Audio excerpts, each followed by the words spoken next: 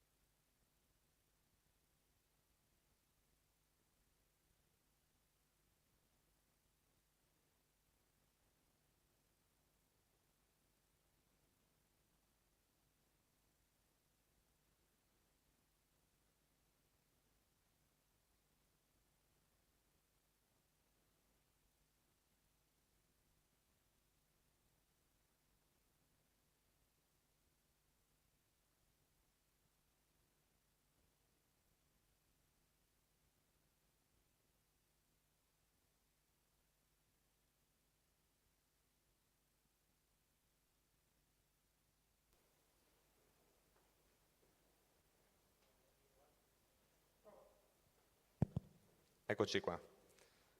Buongiorno a tutti quanti. Good morning and welcome to all the participants here in the room and connected with us. My name is Torresin, in charge of relations for ARLEF, and it is going to be my pleasure to be with you today. In the morning, we'll have the opportunity to view various presentations on the situation of certain minority languages here in our region and in Europe. Today's event takes place within the international festival Lingue Mundi, the festival of minority languages, organized as one of the projects of Gorizia Nova Gorica 2025, European Capital of Culture. We're going to have a very busy day.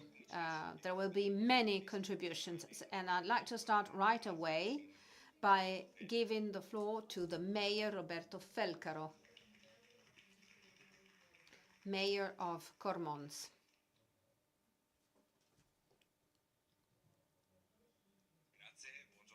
Thank you, and good morning and welcome.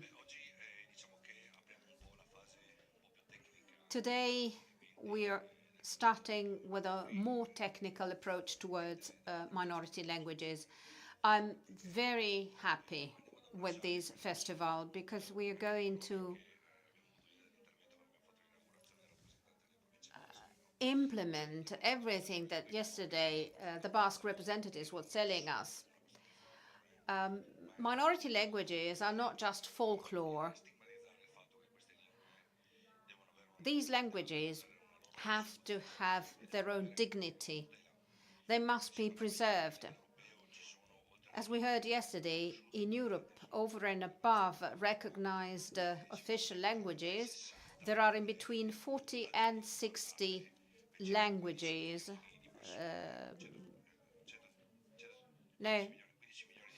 Spoken by 15 million people, and these are minority languages.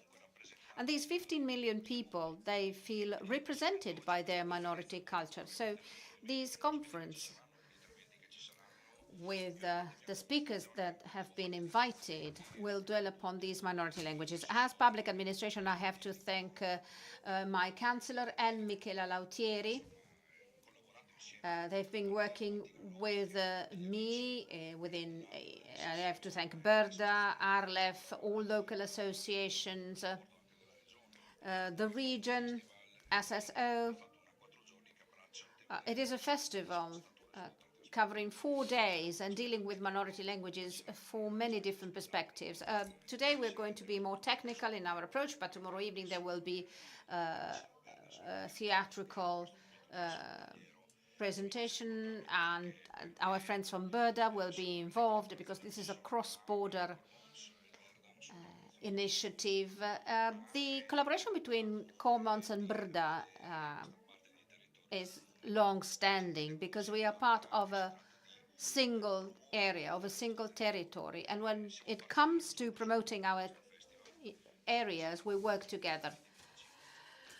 This festival was submitted to the GECT 2025, to the ECGT 2025. We were granted support by the region, and we've been able, therefore, to launch this festival over 4 days on minority languages. I wish you all fruitful results with this meeting. I'm sure that it's going to be very interesting.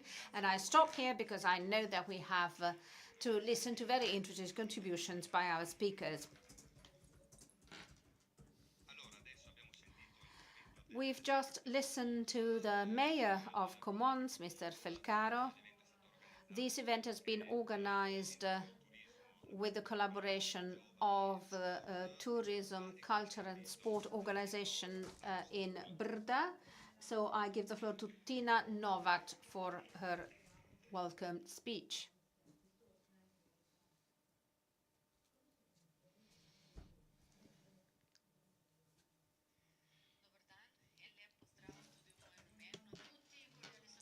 Good morning, everyone, and a warm welcome on my behalf and on behalf of the municipality of Burda. We're very happy to have organized this festival together with the municipality of Conferenza. It took us a year, but this shows that this is a unique area from the viewpoint of the fact that there was once a border dividing us, and now instead we have this major opportunity of collaborating together to further integrate this area in Europe. I have to say that the beauty of our area lies in its multicultural character. And within the context of Gorica, Nova Gorica, European Capital of Culture, we wanted to dwell upon the potential represented by bordering areas. And this is why we have decided to organize this festival on minority languages, to highlight the multicultural character and multilingualism of this area. On the one side, there is an Italian-speaking minority. On the other, there is a Slovenian-speaking minority. But this is part of our everyday life. We have a very busy program and a very rich one. We will hear about very interesting aspects for all of us.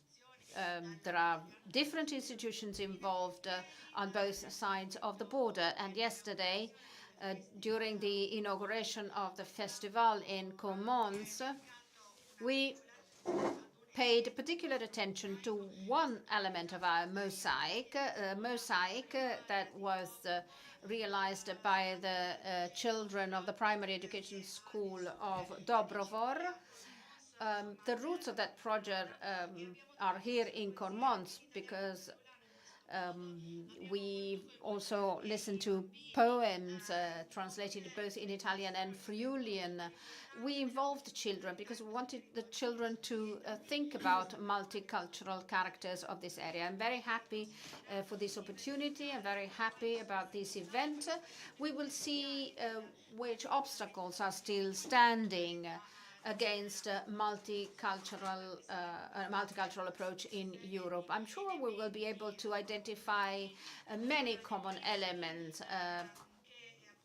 shared experiences, which will make us feel closer to many other regions in Europe. Tomorrow there will be other workshops. We will not necessarily be using language to express ourselves. We will be using different means. And then after the afternoon in Villa Vitos, there will be the official opening of a major exhibition, just as we did yesterday here in Conferenza. And this evening we will officially open an exhibition at the Dobrovo Castle. And listening to the people who lived at the time when there was a border dividing this area into two different regions, we will listen to them and we will hear how it was to live with a border dividing them. And by doing so, we will be able to convey to all the visitors how it felt living during that period. The microphone of the speaker is off. I wish you all a fruitful meeting. I'm sure that based on today's experience, we will certainly feel much richer. Thank you. Now, thank you. Today's meeting has been possible also thanks to the SSO organization, a Slovene organization, an association grouping together all Slovene organizations, and I invite for his welcome speech Julian Čaudek.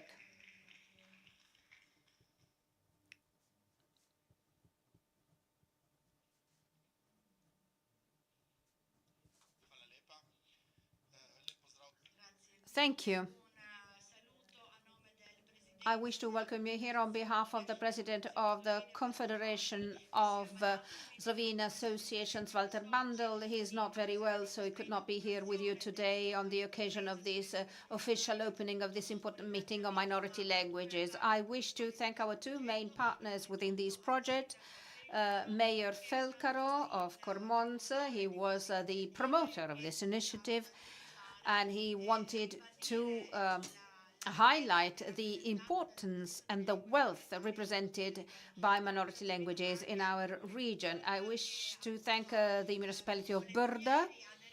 The municipality of Burda was very happy to join this initiative. It took us more than a year to organize this festival, and we're very happy to have been able to participate in its organization. We also wish to thank ARLEF, the Association for the Friulian Language, and we wish to thank all those who made it possible to have this event here today. And I hope this event will be replicated in the future. The president of the Confederation of Slovene organizations has always supported initiatives of this kind, and I believe that the Friuli Venezia Giulia region has a special statute of autonomy thanks to the presence of language minorities here in Friuli Venezia Giulia, German-speaking, Slovene-speaking, and Italian-speaking minorities. I believe that we have to further enhance and valorize this specificity of this region. I don't want to waste your time because I think you have to listen to very interesting contributions today. So once again, on behalf of the Confederation of the Slovene organizations, my personal thanks and fruitful works to all of you. Now, today's event was also organized together with ARLEF for the preservation of a Friulian language. I give the floor to Mr. Cisilino.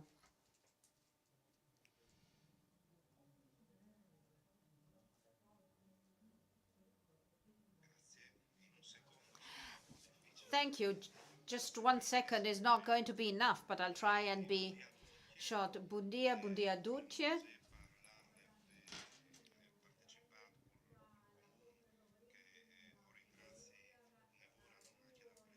It is a pleasure to be here. The speaker is using Friulian, which the interpreters do not speak.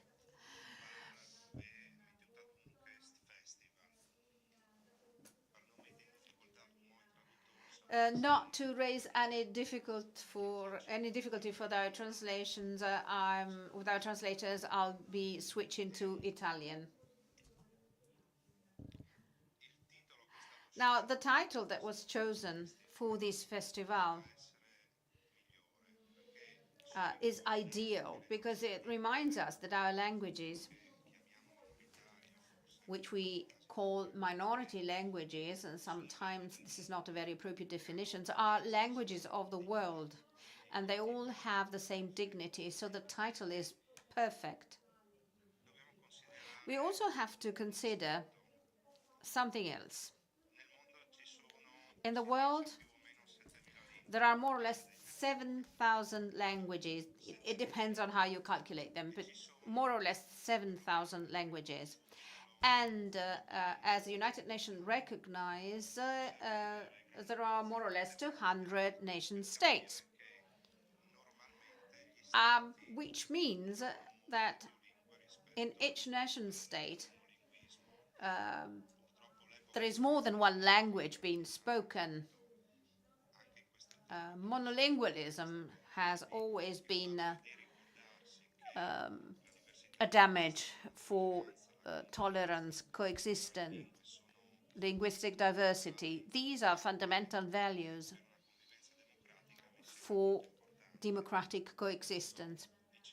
And I'd like to conclude by saying that this is a perfect place to organize a festival on minority languages and on languages in general, because here we have the real coexistence among different linguistic groups.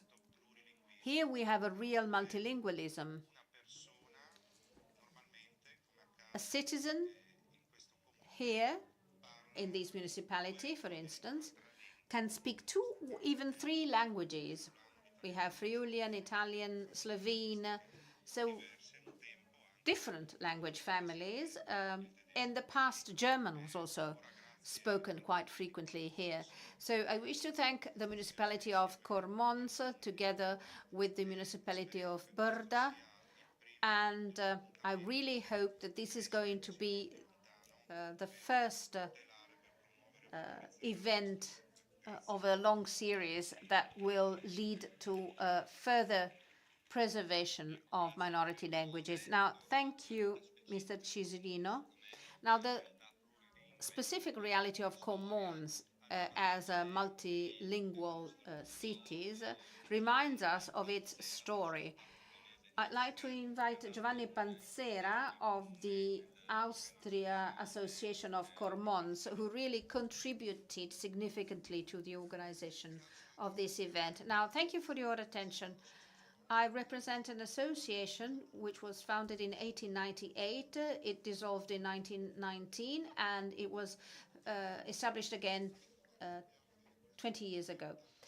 We deal with history. There are many members coming from Austria, Slovene-speaking or Italian-speaking, and in these places, we always organize at least one event a year. We do research. We publish books. The book that you have in your hands was published last year. Since 3 years, we have decided that these books must not be sold. They have to be handed over as a gift because we need family to receive this gift.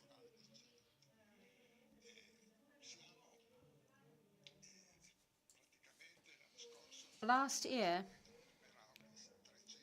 we distributed 350 books free.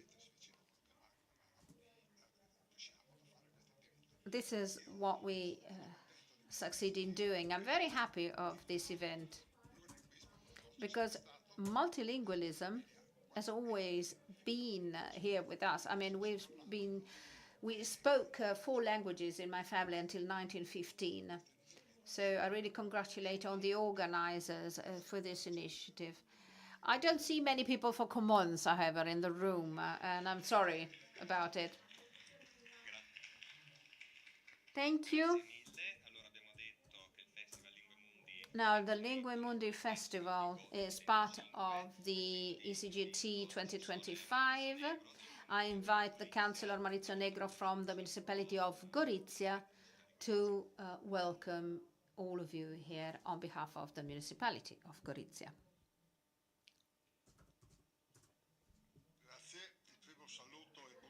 Thank you.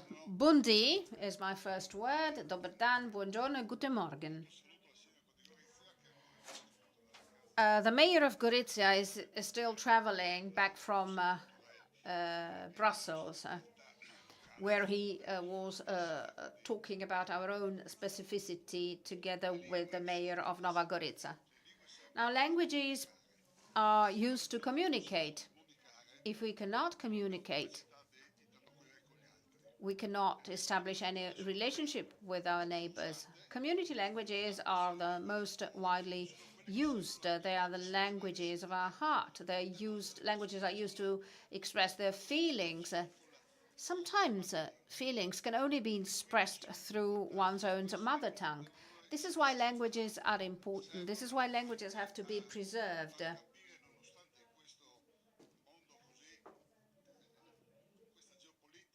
We know about recent geopolitical developments. We know about globalization. Languages help us understand our own reality. But when we want to communicate, we have to put together different pieces, diversity, without any assimilation. We have to create a society where each and every one of us is an important piece. And the same holds true for languages. We have to use our own languages, but at the same time, we have to find a way to communicate with each other. Thank you. Now, language minorities are a fundamental part of our region. I'd like to invite Diego Bernardis, President of the 5th Permanent Standing Committee, and Mayor of Dolenia del Coglio. He knows a lot about minorities in our region. Now, good morning and welcome to the Coglio region. I come from this area. So my personal welcome, and on behalf of the Municipal Council, together with my colleague Marco Pisani, it is with great pleasure and it is an honor that I welcome you here on behalf of my municipality. So I wish to thank all our eminent speakers here with us today. Minority languages, as you've already heard, minority languages in the Friuli-Venezia Giulia region are a specificity of this area, and their presence has made it possible for Friuli-Venezia Giulia to be granted a statute of autonomy. The region, of course, believes that multilingualism plays a fundamental role in this area. The ARLEF chairman before reminded us of the fact that the choice to organize this meeting on minority languages here in the Collio area and in Cormonz in particular is certainly the perfect choice. And it is a perfect choice in the light of the peculiarities of the whole region, not just of this local area, because language minorities are present not just here in this specific Collio area, but they are present elsewhere. There is a Germanic-speaking minority, a Slovene-speaking minority, the Friulian-speaking minority. That's the largest one. So this event, I believe, was really the perfect choice. Very briefly, I'd like to refer to what we heard yesterday during the official opening, and I'm looking at our Basque speaker. We were talking about diversity. I remember about 25 years ago, at the beginning of the year 2000, when one of the slogans of this region, Friuli-Venezia Giulia, was harmony in diversity, to highlight the wealth of cultural diversity characterizing this region. I don't want to waste any further time.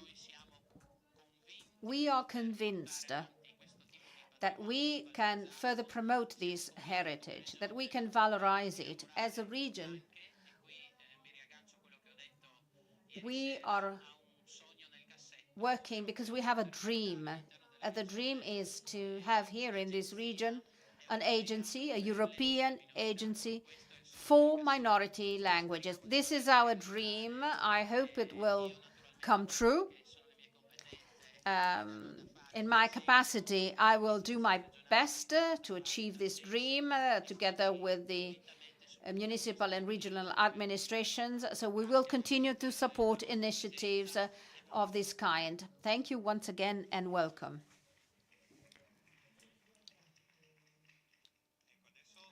And now I think we can move on to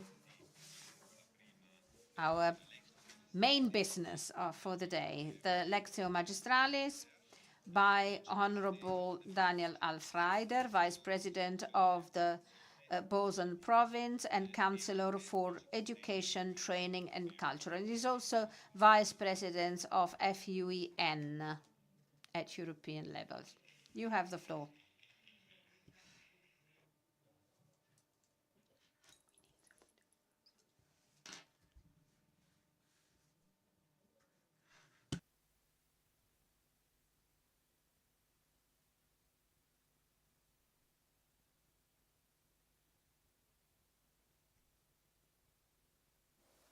Bene. Welcome to all of you in all languages. It is for me a pleasure, and I thank the organizers for their kind invitation. I thank the mayor and my friends whom I've known for quite a few years, Julian and many others here in the room, and ARLEF. I have the honor and the pleasure to welcome you here on behalf of the president of our province, Aldo Compace. And let me say that collaboration among regions and at parliamentary level is fundamental. As you've heard, Friuli Venezia Giulia is a region with a statute of autonomy for many different reasons, because there are peculiarities that are not present in other regions. Languages and culture are fundamental for our autonomy. And this is why the collaboration with Friuli Venezia Giulia, with the governor, Mr. Fedriga, chairing the conference of regions at national level, is fundamental to create a network and somehow to be able to help each other when it comes to developing, supporting policies for diversity. Because diversity is not something negative. Diversity is something very peculiar, and we believe we have to protect it and valorize it. And to do so, when I was asked to take the floor in this meeting, and I have to say that the title of the meeting is really perfect. Well, I was asked to talk about the situations of Ladins. I'm going to read because this is what we have decided to do together with the organizers.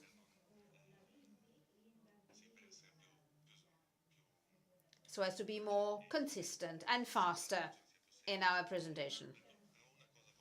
But there's one thing that I'd like to say. First of all, as for the Ladins, we have no kin state for Ladins. We have no state publishing books as it happens with German, Italian, Hungarian. We have no kin state. And the whole of the production of teaching materials or media, we have to create all of these materials inside our own organizations because there is no kin state taking care of it. This is just a premise. Because as you will see in my slides, even a small reality, which is that of the Ladins, 40,000 speakers, subdivided into different areas, is differently affected by the situations in the different territories. But I like to start right away. The Ladins are a border people, a border between Italian and Germans, between tradition and present, between tradition and modernity. However, the history of the Ladins is the history of an ancient people who is proud of their identity, of their double culture.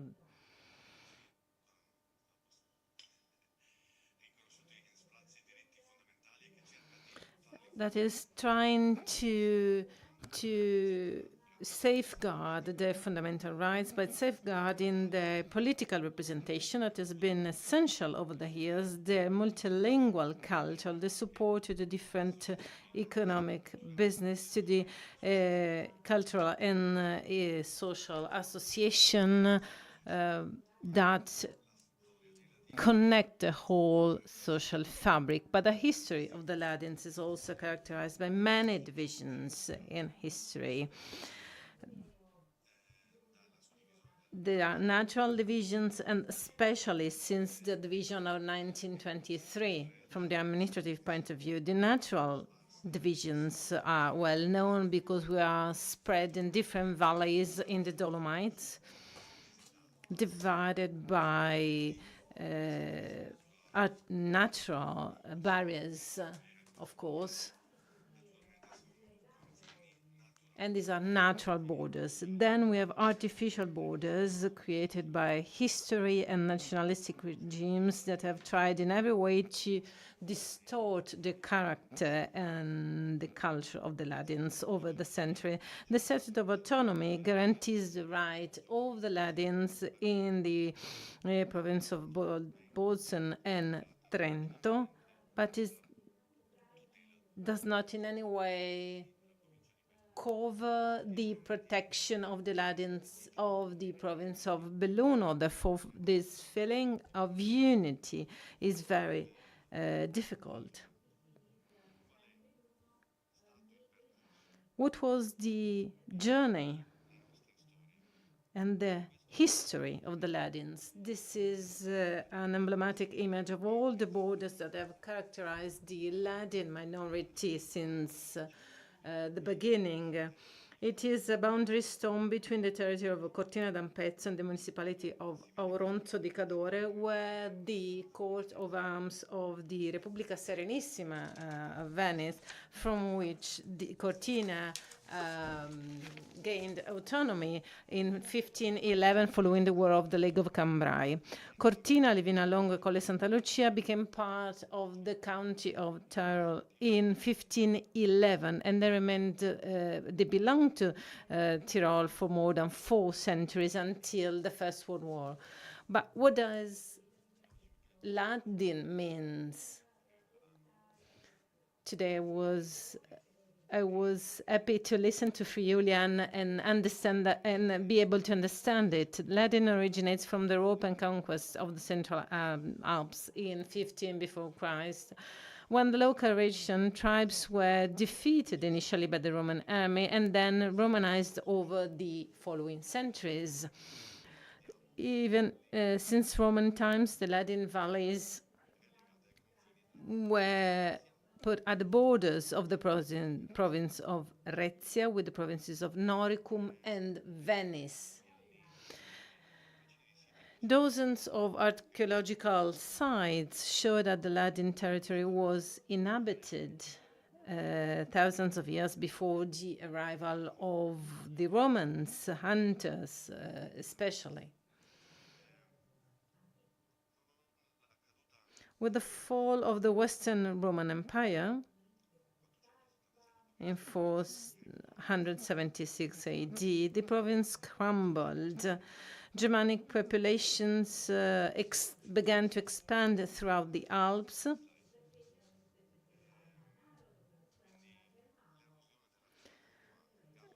The erosion of the Gallo-Romance platform is visible on this slide. Over the centuries, the pink area was still Romance, Neo-Latin at the time. Today, we only have it in the canton of Grisons, in Switzerland, in the central Dolomites, and in Friuli, Venezia Giulia. As for Central Ladin, also called Dolomitic Ladin, it is spoken today in the 5 valleys surrounding the Sella mountain. However, these are valleys that are divided into 3 provinces and 3 regions: Bozen, Trento, Belluno. Here you can see today's borders of these 3 provinces. Therefore, the reference from all points of view, economy, transports, schools, culture in general, is divided over these 3 administrative centers: 2 valleys, Val Badia and Val Gardena, that refers to the autonomous province of Bozen, 1 that refers to the autonomous province of Trento, Val di Fassa, and then the rest in Belluno and the Veneto region. Therefore, it is difficult to speak about Ladin unity. And therefore, the title we choose with Carlos Suane, who belongs to our regional council, is this title. The first major project that connected the Ladin valleys and were infrastructures, the Grande Strada delle Dolomiti, that were inaugurated in the connection with the surrounding area. It was inaugurated in 1909. It was the first time there was a real infrastructure capable of overcoming the natural barriers of the Dolomites. To better understand today's reality, it is necessary to look at history and to these pictures. The most critical time, dramatic one, was during the First World War. The war front cut the Ladin territory in two parts, especially in Livina-Longo valleys, but also in other valleys. The Great War brought devastation, hunger, and death.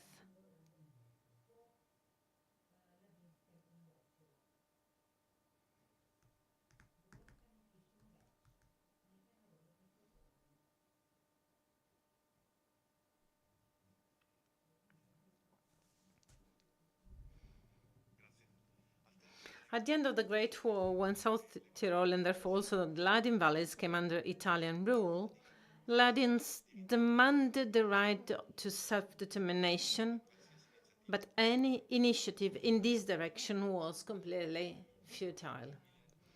From 1923, the Ladins were administratively divided into 3 provinces, and fascism imposed Italianization starting from family names, so they had to change their family names, and place names. The Ladin schools were also subject to a process of Italianization under fascism. No teaching in the Ladin mother tongue was allowed. Teaching was only in Italian language, and local teachers were replaced by teachers coming from all over Italy. But it wasn't just fascism. In 1943, the Nazis occupied this area and attempted to Germanize the whole territory, including the Ladins. Under National Socialism, the school system was completely Germanized. So the Second World War brought, again, death and misery and destruction in our border areas. But in 1946, the Paris peace agreements were signed. But this was important for South Tyrol. But the Ladins in 1946 were not taken into considerations, not even mentioned. The Paris agreements reserve special treatment for Trentino Alto Adige because it is a border territory and because it was inhabited by language minority, by the German-speaking minority is the only one mentioned. The Statute of Autonomy came into force in 1948, and it is the first statute of an autonomy region. What is created immediately afterwards is the equal rights school, thanks to the ministry. So it was a way of recognizing Ladin schools. And the ministry was quite far-sighted, decided to create schools recognized by state. And this agreement was signed at the time. The second Statute of Autonomy was granted in 1972 after many battles, many disagreements and criticism on the lack of the adoption of protection measures for minorities. Finally, we have the second statute, where for the first time the Ladins are mentioned, and also the protection of their language and culture, still in agreement with the political willingness of the German-speaking minority. The Südtirol Volkspartei was able to put forward a minority language protection policy also for the Ladins. So the Ladins could be granted recognition in terms of language and culture.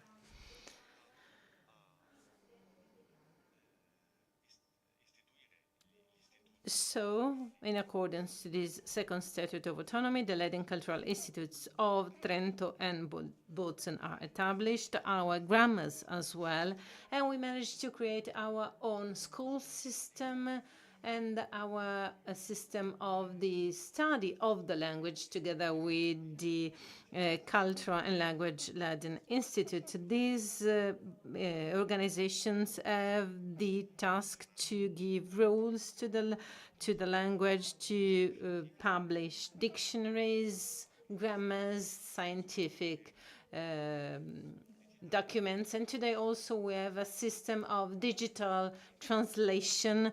Today you can translate from Slovenian to Italian thanks to Google Translate, of course. Google is not interested in the Latin language, so we did create automatic translation systems with artificial intelligence, especially to translate all the documents in Latin. Thanks to these systems. These are all tasks of our organizations, cultural organizations. So how is the autonomous province of Bozen divided? In Alto Adige, in South Tyrol, we do have 3 school boards, 3 different school boards. This entails, of course, multiple costs. We think this is essential to protect every minority, but the policies needs to be autonomous policies. We do have a recognized school, but we do not have similar schools for the Italian and the German-speaking inhabitants. There are around 700 people, those working at schools, including teachers, secretaries, and staff. The idea is to keep some sort of balance between Italian and German. This is the idea of the state-recognized school, but for us it was a way to give to the Latin, our mother tongue, the same dignity, the same level, the same recognition of the other 2 languages without needing to choose. Nowadays, when an inhabitant of our region needs to choose whether to attend a Latin school, a German school, or an Italian school, so also within the family it is an issue, discussing which school to choose. With the Latin school, we managed to eliminate this principle because we are a very small entity. We have 1 school which is integrated and recognized that wants to provide, to meet the needs of a changing world where language is seen as an additional value, differently from 20 or 30 years ago. As said, the main task we have is to publish teaching materials because there's no king state, as I said. So we also need to provide this teaching system for a multilingual school.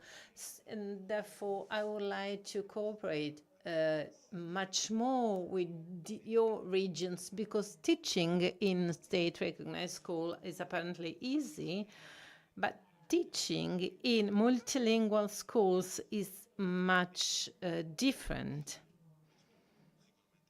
So this is certainly one of our main specializations.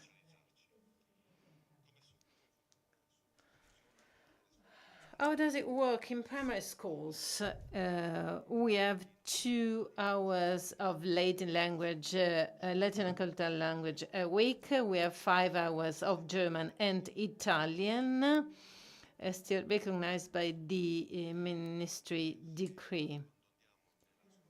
If we look at secondary schools instead, up to upper secondary school, we continue with the 2 weekly hours of Latin, and then 50% of German and 50% of Italian. And of course, in certain schools, we also have English and French. We have also university,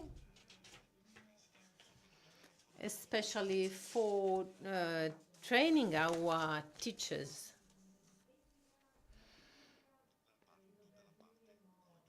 And the cultural area. I would like to devote a few minutes to the culture, because we managed to keep alive, thanks to all our activities on cultural associations, artists in music, literature, theater, craftsmanship. Latin culture 30 years ago was often considered about to die, basically, because it was doomed to disappear. But in the last 30 years, this trend changed.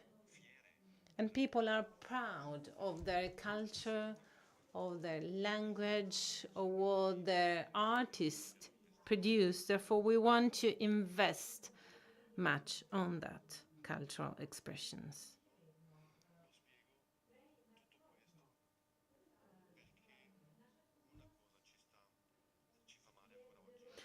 There is still something that is painful for us. The idea that this reality was divided into 3 parts. In some valleys, we can do all that.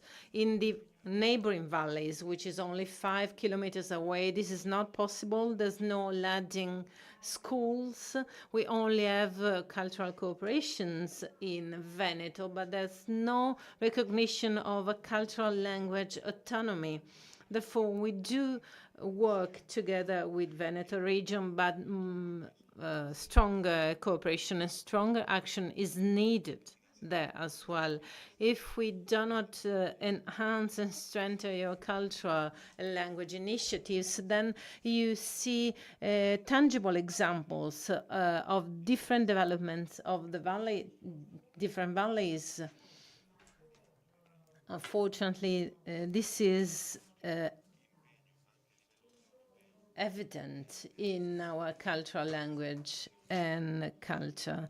That's why our commitment also at European level for the protection and minority in Europe is essential. We believe that our commitment within the Federal Union of European Nationalities is essential. We need to strengthen our network in order to promote the idea that minorities need to be autonomous in order to develop. We cannot be affected. We cannot be regulated by national policies. For example, one of our project, Minority Subject, was not implemented by the European Commission, even though we managed to collect over 1,200,000 signatures at European level, but the reply by the European Commission was always negative. The cooperation between minorities, institutions, and regions that promote the enhancement of the minorities also within the political program is essential. We would like to thank you for this cooperation. I hope that these slides, the information I provided on the situation and the development of the Latin culture and language, that are different developments according to the different regions where it is present. I hope this is an inspiration to do more, not only for the special autonomous regions, but also for all other regions. And probably we can provide our contribution at national, but also at European level. Therefore, thank you. And of course, should you have any question or comments, here I am. Please don't hesitate. Thank you.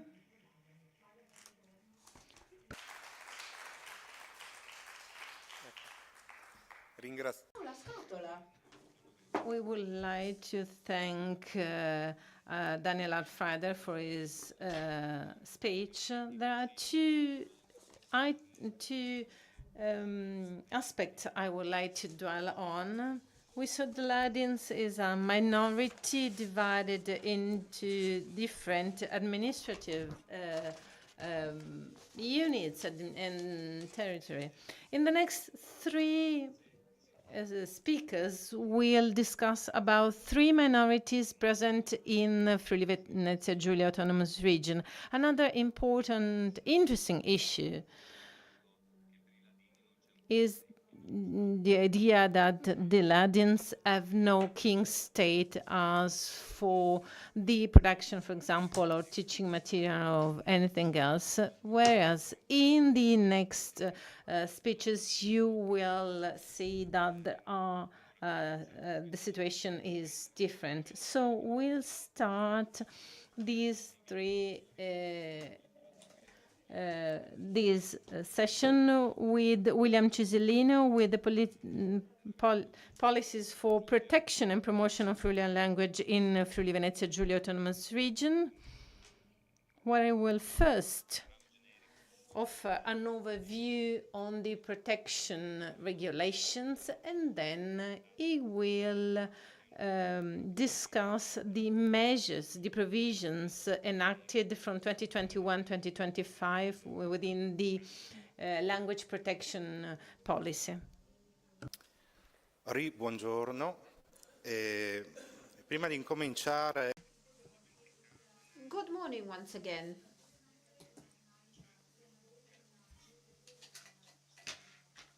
I wanted to go back to something that Vice President Alfreder just mentioned in his brilliant presentation.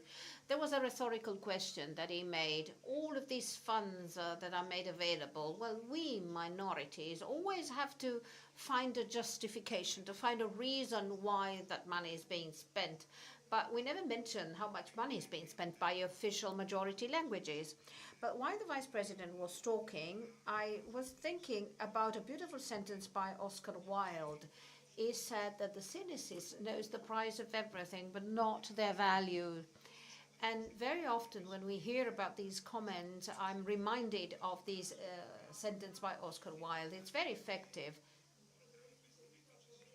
What is important is that over and above the investment, there is value to be found. And in our languages, I think there is a very important value.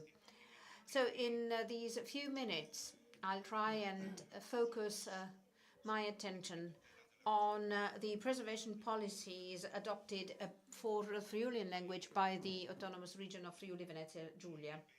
I'm not going to repeat certain general remarks that have already been made. The fact that we are in a multilingual region in Europe, where you have three autochthonous major family languages, the Slavic, the Germanic, and the Latin language families. Our governor, Mr. Fedriga, loves to say that this is one of the bases for the Statute of Autonomy of our region. I'm not going to mention other communities. This is an interesting map. I think this holds true for Slovenian and for Friulian here. Here we only see Friuli-Venezia Giulia, but Friulian is also spoken partly in the Veneto region. We have 173 municipalities officially recognized as Friulian speaking out of the 215 municipalities of the region, especially within the provinces of Gorizia, Pordenone, and Udine, plus 7 municipalities in the Veneto region. Unfortunately, our Friulian-speaking community is subdivided into 2 regions, unfortunately, which makes it very difficult to have a homogeneous policy for the preservation of Friulian. Based on the latest statistics, a study in 2023, we know that there are 444,000 Friulian speakers actively using Friulian. Then there are a further 150,000 people understanding Friulian. As has already been explained, you know what the family of Rheto-Romanza languages are, and the language spoken in the canton of Grisons. Friulian, just as the other languages that I've mentioned, has a very long-standing story also when it comes to literature, and perhaps one difference versus other Rheto-Romance languages and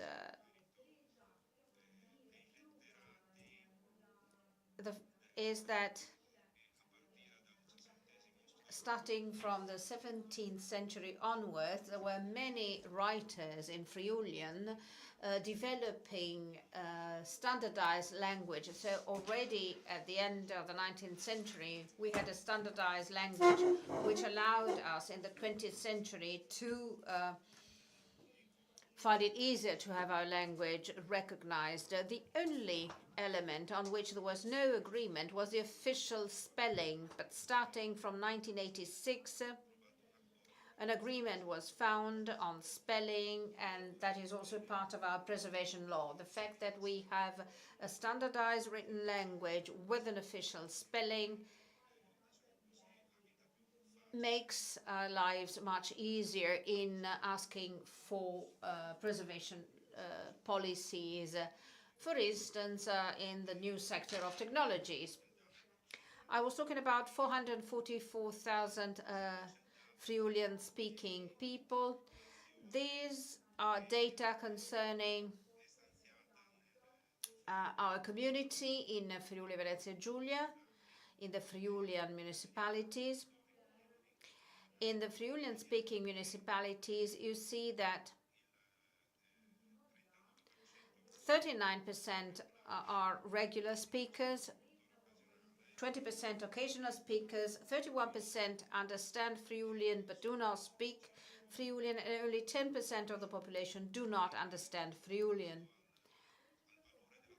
Now, going back to the importance of the funds that are being used to preserve a Friulian, we were trying to see how much of the tax revenue, well, that was a question that we raised to our inhabitants. We asked, how much of the tax you pay would you invest in preserving Friulian? There were different percentages that could be chosen from 0 up to 50 euros. And the result was 22 euros each, which is 4 times as much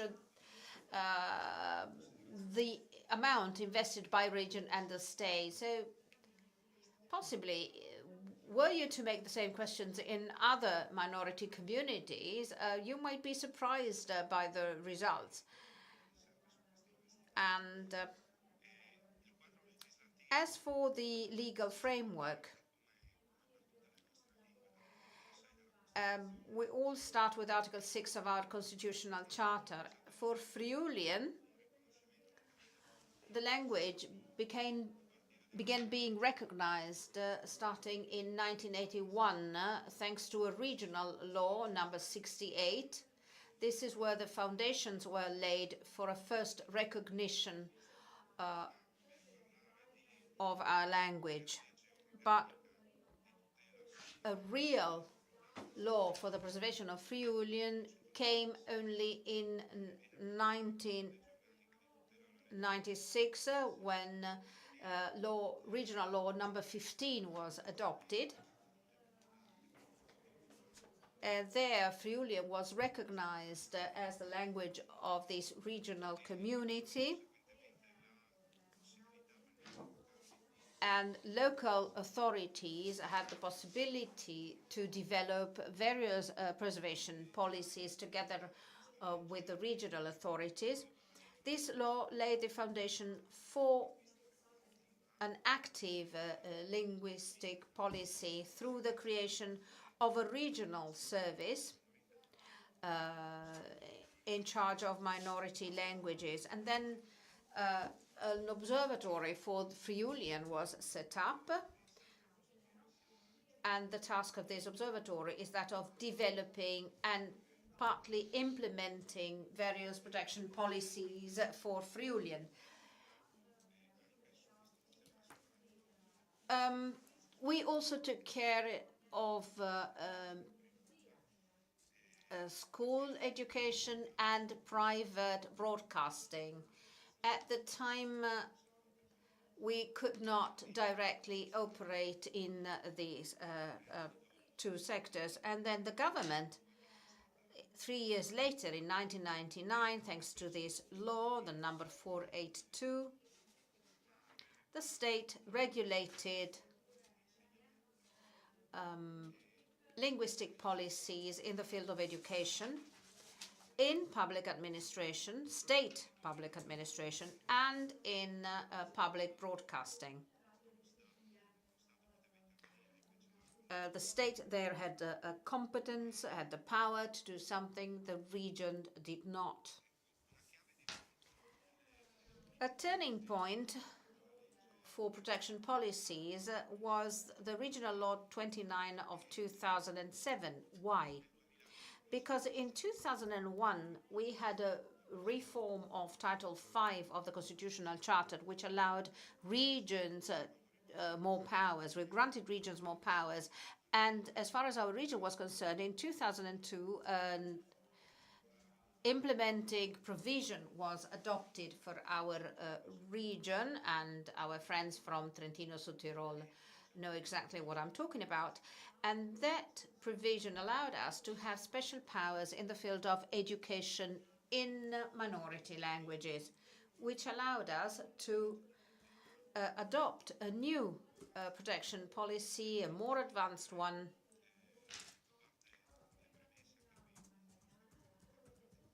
Of course, reference has to be made to international treaties, inevitably, and we participate in the implementation of these international treaties on minority languages. However, these regional law highlighted the importance of education provided in minority languages, and in Friulian in particular. And it provided for an organization of teaching in Friulian. I mean, Friulian had always been there, but basically the region just provided some funds, but did not for the rest have any power.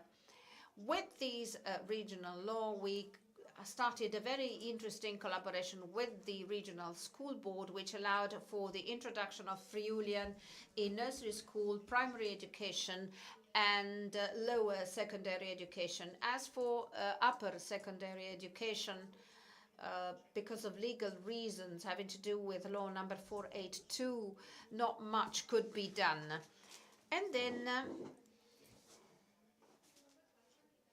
the use of Friulian in public administration, both locally and centrally.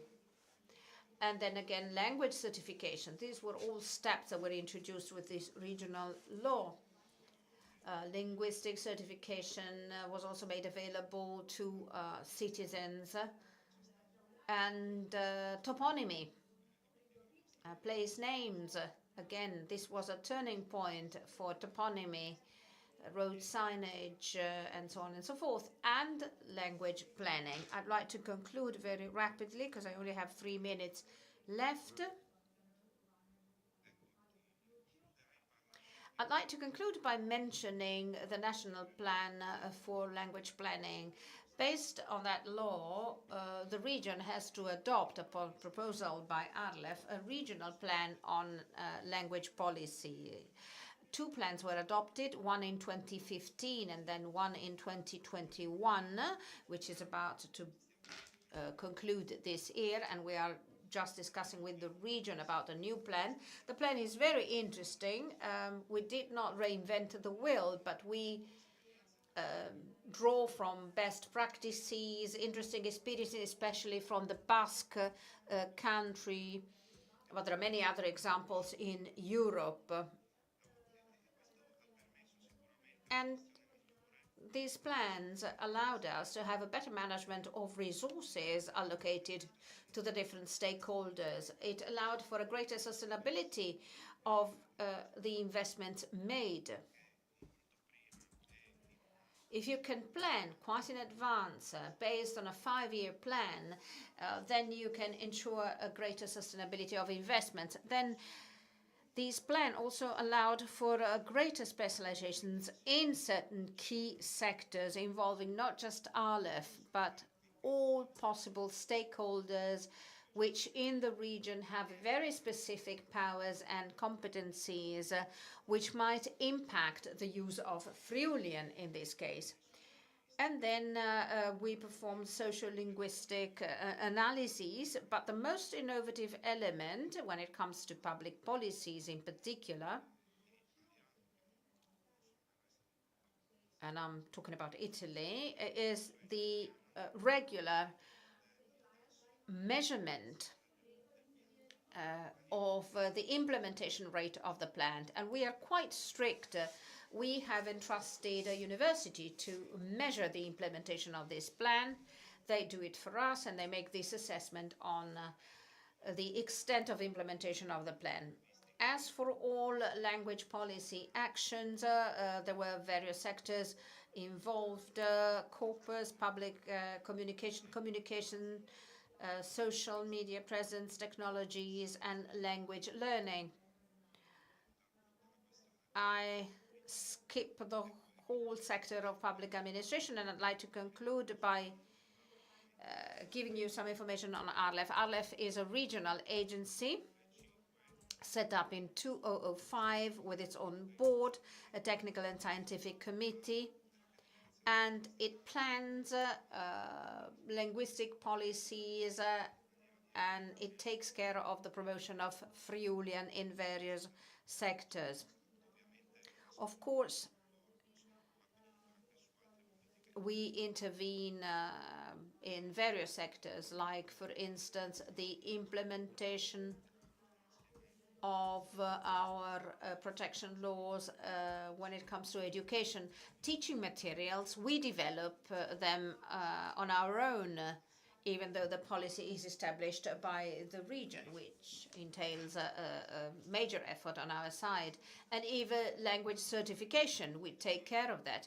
As for public administration, we have benefited from state funds and regional funds, and we have implemented language help desk,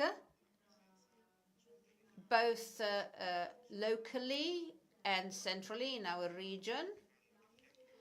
And these help desks help local administration and local authorities in various tasks like translation and consultancy, assistance in the case of toponymy, which is important on road signage, and all the activities involving the presence of public authorities for the implementation of the national policy plan.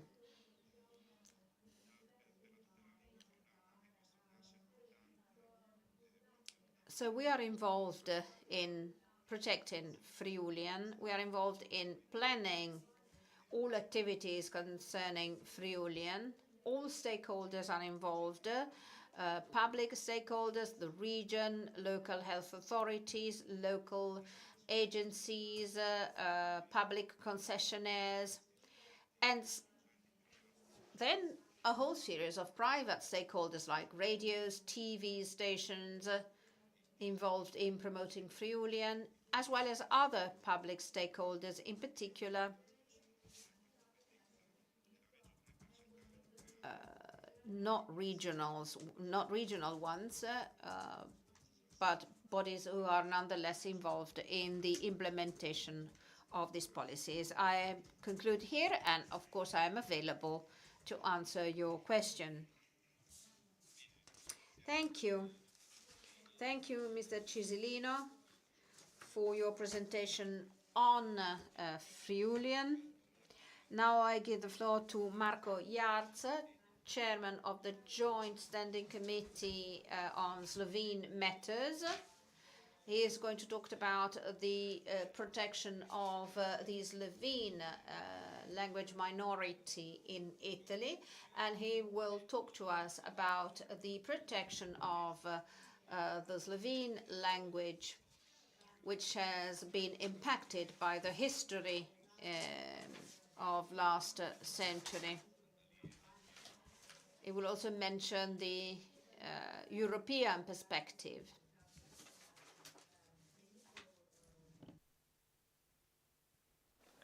Ci sentiamo? Sì. Dobar dan.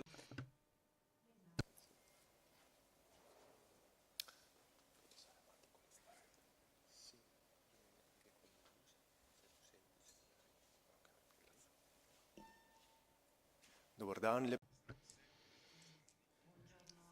Good morning.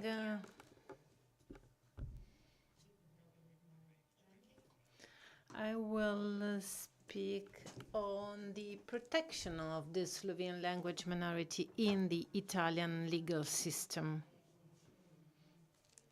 I would take an historical evolutionary approach that will enable us to reason upon that.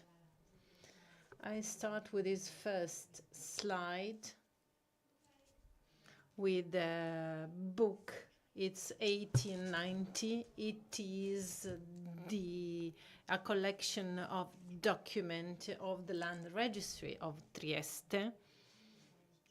The land registry is the one collecting all the property registers in Trieste, Gorizia, and the eastern part of Udine.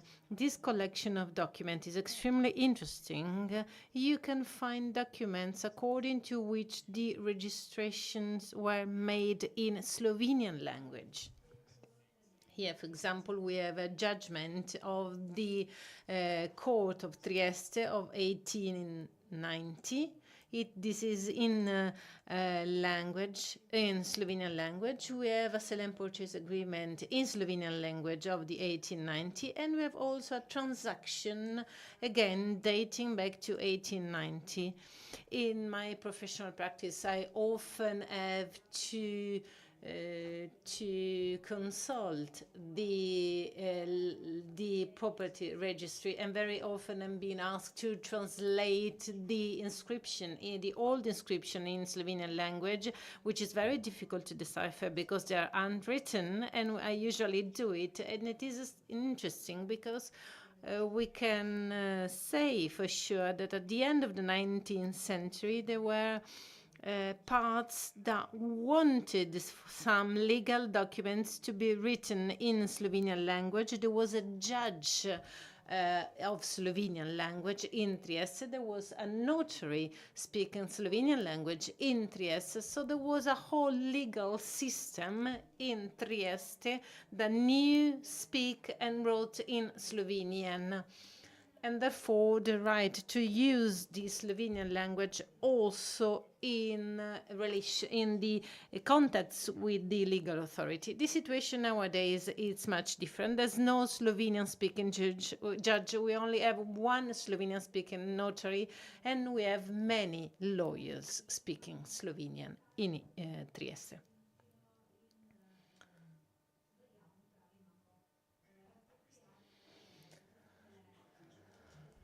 This was my short introduction. Speaking of legal protection of the Slovenian minority, let's start from this after the World War, the Second World War, because during the fascism regime there was no protection at all. And after the Second World War, we started to see the reconstruction of a legal framework. First, we have the supranational instruments, the peace treaty with Italy of 1947 up to 2007 with the regional law for the protection of the language minority. The peace treaty with Italy that was ratified in 1947 is important because it established some essential principles, fundamental principles. Article 4 of the Annex to the Peace Treaty, the permanent statute of the Free Territory of Trieste, established fundamental principles and rights. It is important also Article number 7, according to which Italian and Slovenian have equal rights. So the two languages are the two official languages of the Free Territory of Trieste. Then, going to the Constitution of the Italian Republic,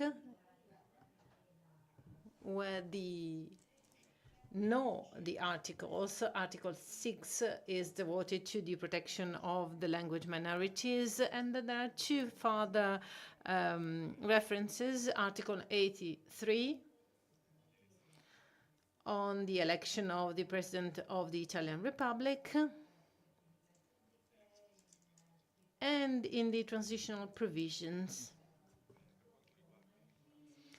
As for the Slovenian minority, since the approval of the constitution up to 2001, when the Slovenian minority protection law, there's a sort of, there's a lack of legal framework. There were fragmented norms, for example, as for education, the school system, dating back to the 70s, but there was no comprehensive legal framework. Therefore, the right to the usage of the Slovenian language, unfortunately, were not respected, even where the minority lived. Therefore, the Constitutional Court in 1982 and in 1999 fixed in two important judgments, established the two main principles. The principle of minimal protection, referring to the supranational instruments I've just mentioned, that is the Constitution, the special statute of the region Friuli-Venezia Giulia, and the supranational principles. What does the Constitutional Court said? That regardless of the approval of any global protection law, however, the people belonging this speaking language minority have the right for a minimal protection, especially in relation with the public administration. This means the right to have the translation of the documents in their minority language. Then we move forward to 1954 to the London Memorandum that solves the issue of Trieste. It also established the fundamental principles, that is the right to be given answer by the public administration in Slovenian language, whereas in the peace treaty it was foreseen an equal rights of the two languages. With the London Memorandum, the principle of being granted a translation of the legal documents in the Slovenian language. And there are other rules on the bilingualism in municipalities and areas where there's a Slovenian minority. In 1963, with the Statute of the Autonomous Region Friuli-Venezia Giulia, fundamental principles are enshrined. The Slovenian minority is not expressly mentioned. And then let's move on to 1977, to Osimo Treaty that confirms the present situation, and in Article number 8, the principle of the enforcement of the protection measures already implemented. So it's not a very specific norm, and we need to wait until 1999 when the law number 482 is approved in terms of protection of historical and language minorities. And finally, 2001, we have the regulations for the protection of the Slovenian language minority in Friuli-Venezia Giulia. And this law number 38 regulates the rights of the people belonging to the Slovenian language minority, the use of the language. Article number 8 on the use of the Slovenian language in the relations with the public administration. So there's no equal rights. I mean, there's no official recognition of the Slovenian language, but there is the right to be able to relate with the public administration, public offices in the Slovenian language, thanks to translators or interpreters. Article number 8, thanks to Friuli-Venezia Giulia region, was established. This is the region that created the central office for Slovenian language that provides translations, supports language assistance. But if we go back to the legal area, legal field, there's the right to contact the legal authorities in Slovenian language. But unfortunately, we legal professionals, we in practice have some hindrances because our customers cannot actually use the Slovenian language in practice.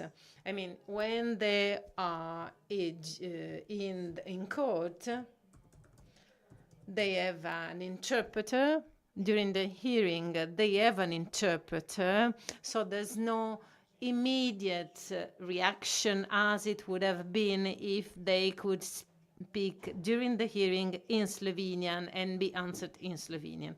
So they are granted the rights, but then in the majority, the customers do not appeal to this right because they want the hearing, the legal proceedings to be as quickly as possible. And the interpreters would slow down the whole process. This is a completely different situation as against the 19th century when we had a Slovenian judge, Slovenian lawyers, Slovenian paths, so a completely different situation.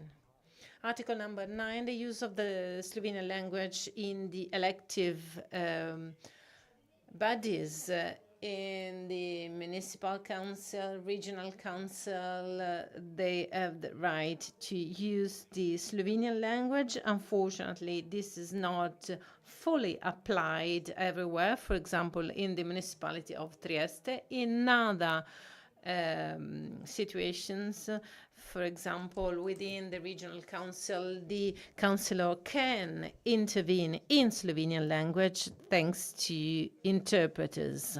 Article number 11, public schools with Slovenian as a teaching language. And so this article provides principles, but then detailed norms are scattered all over the legal documents. So all these norms, these regulations should be united in a single text to avoid this scattering of norms. Then there are norms protecting institutions and activities for the Slovenian minorities and their relative fundings, and then provisions in terms of elections. These norms, unfortunately, has not been applied yet. Article 20. I think the time at my disposal is over, so would like to conclude here and thank you for your attention. Thank you. Ringraziamo l'avvocato. We thank Mr. Yarts for his presentation on the Slovenian-speaking minority. I'd like to invite Mr. Sandrini, chairman of the Canaltare Kulturverein and member of the Regional Commission on German-speaking minorities in Friuli-Venezia Giulia, to come here to the podium to talk to us about the Germanic-speaking communities in Friuli-Venezia Giulia, and in particular the Valcanale communities.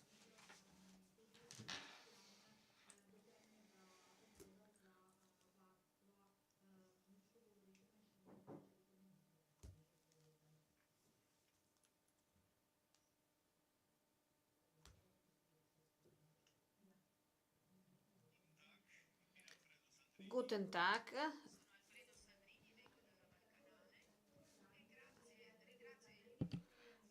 Sono Alfredo Sandrini, and I thank you for your kind invitation. I come from Valcanale, and I thank the organizers of today's meeting on minority languages for their kind invitation.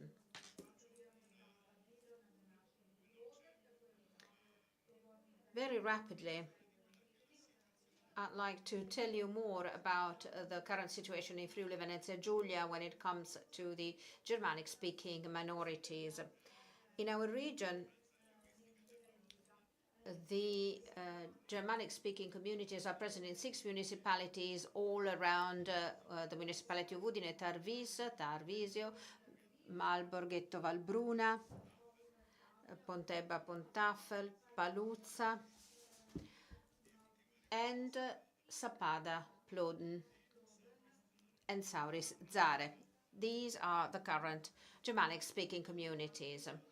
The regional area where Germanic-speaking communities are found shows that there is a marked difference between the Carnia communities and the Valcanale communities. The first communities are the result of the migration of people coming from East Tyrol and Carinthia, settling there in the 10th century, looking for new settlement areas.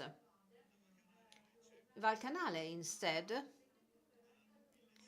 since from 1000 until the 20th century, belong to the German-speaking area.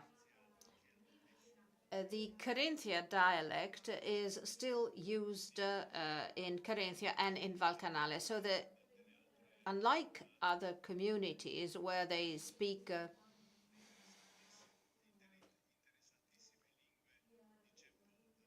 Germanic languages, very interesting ones,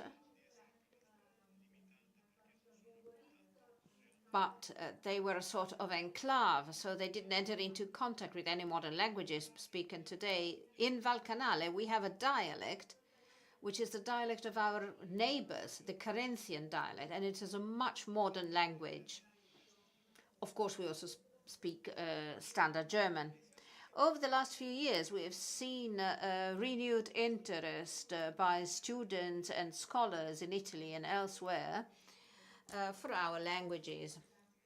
These has been shown by the collaboration with the University of Udine, Trento, Vienna, Regensburg. And they are promoting, through linguistic research projects, they are promoting the creation of databases on our Germanic language.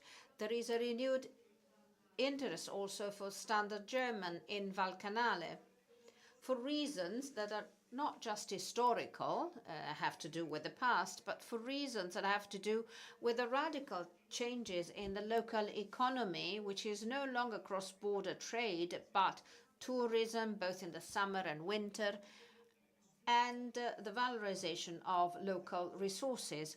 This situation has been confirmed by demand for German, standard German courses and courses for the certification of the German language.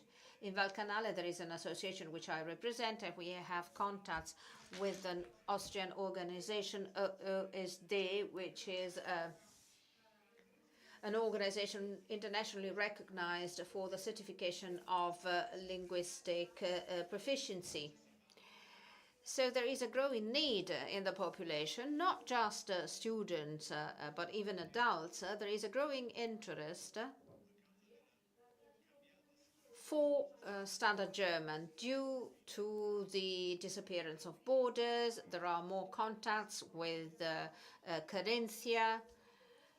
Valcanale is a very narrow valley, very long, about 30 kilometers, and Valcanale does not offer many job opportunities to our young people.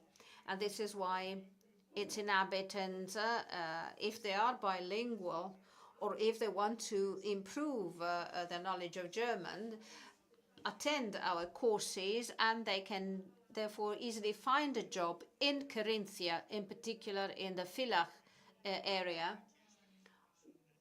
There is a growing demand for these bilingual citizens, and therefore these young people do not have to leave and abandon the Valcanale. Abandoning the valleys in mountainous areas is quite a frequent phenomenon, because they can work as commuters. They work in Carinthia and they come back in the evening. Thanks to Law 482 of 1999, the regional law, and to the regional law of 2009, it is now possible to carry out various activities, thereby providing continuity to long-standing projects with local administrations and organizations have been implementing for years to protect and valorize local languages. And not just minority languages, but even standard German. In particular, there are teaching activities being implemented for German and local variants in compulsory education, training courses for adults, printing of newspapers, historical research studies, concerts, theater, valorization of local cultural heritage, visual bilingualism with road signage that, for instance, allow us to valorize our language in tourism. Since 2023, we've set up a community of Germanic-speaking communities, and that's a situation for the Valcanale. I can only highlight that there is a new situation which we're witnessing. There is a growing interest for our language, for our traditions. We have a mixed population in Valcanale. As I said, our valley is very narrow. We also have Slovene-speaking communities there. And this is a peculiarity that makes us very proud. Already the other speakers have mentioned that the presence of different communities, language communities, is a wealth. We believe that we are the first Europeans in Europe because we speak the 3 fundamental languages of Europe. I have prepared a small presentation of Valcanale, and you will hear about our history.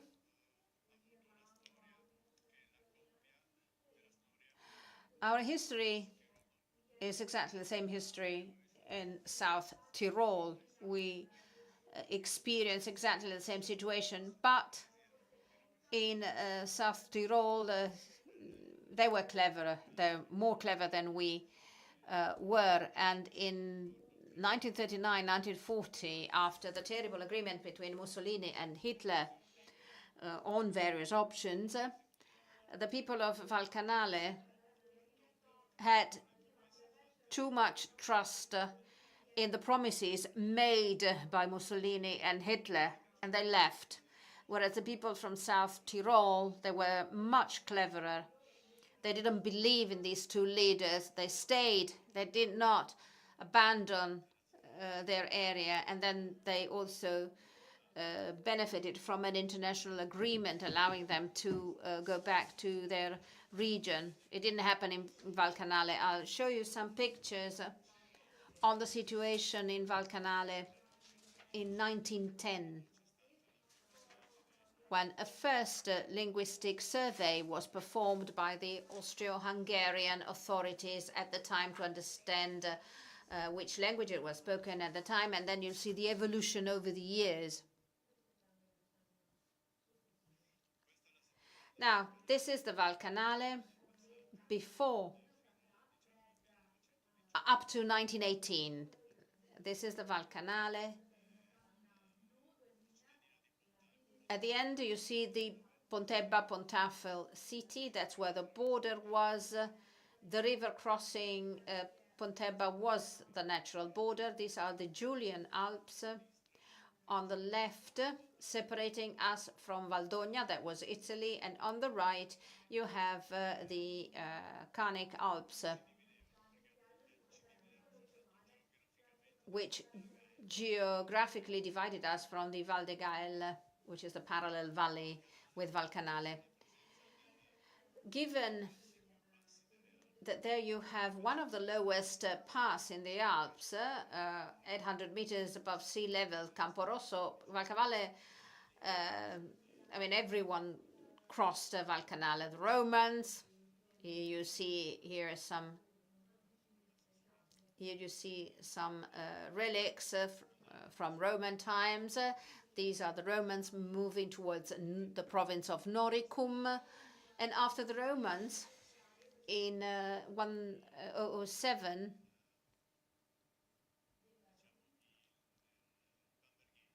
the Bamberger people came to Valcanale with Henry V. The valley was given to the Bishop of Bamberg, and Valcanale up to 1759 lived a very prosperous period of time with a strong economy, with great attention being paid to citizens' rights. That was the golden era for Valcanale. And later on, Valcanale was also crossed by the Turks 3 times. 3 times they were traveling to Vienna. This is a fresco in a church in Tarvisio. It was a fortress church, and you see here that the church, that could be the walls, the defensive walls around the church. There was a moat around the church. You see here the head of the Turk. And after 3 attempts, the Turks succeeded in entering the church, and it was a massacre. And then the Austrian-Hungarian Empire governed us up to 1918, Empress Maria Theresa did a lot for Valcanale. She introduced servitude rights so that all inhabitants of Valcanale could access and use timber available in the area, or they could use the stones or dry leaves to be used in stables, or dry woods for lighting up the streets, based on the surface area of where they built. This is a private right, and it still exists. It's still in force. This is a memory of the Napoleonic wars, various monuments. This is a monument in Malborghetto.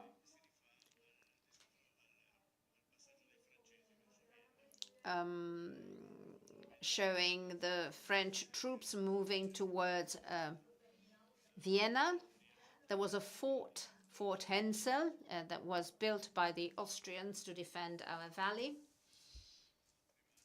Another picture of the French troops. This is a monument on the Predil Pass. Again, there we had a fort defending the pass. And some pictures here of Valcanale. This is Lusari Mountain, a well-known mountain. It has always been an important reference point for our history, for our religion, especially for Slovene-speaking and German-speaking minorities, and later on also for Friulians. This is a ravine, a major tourist attraction. A ravine is now as important as it used to be in the past. This is the Fusine Lake with a Mangat Massif. A picture of Cave del Predil. As you can see,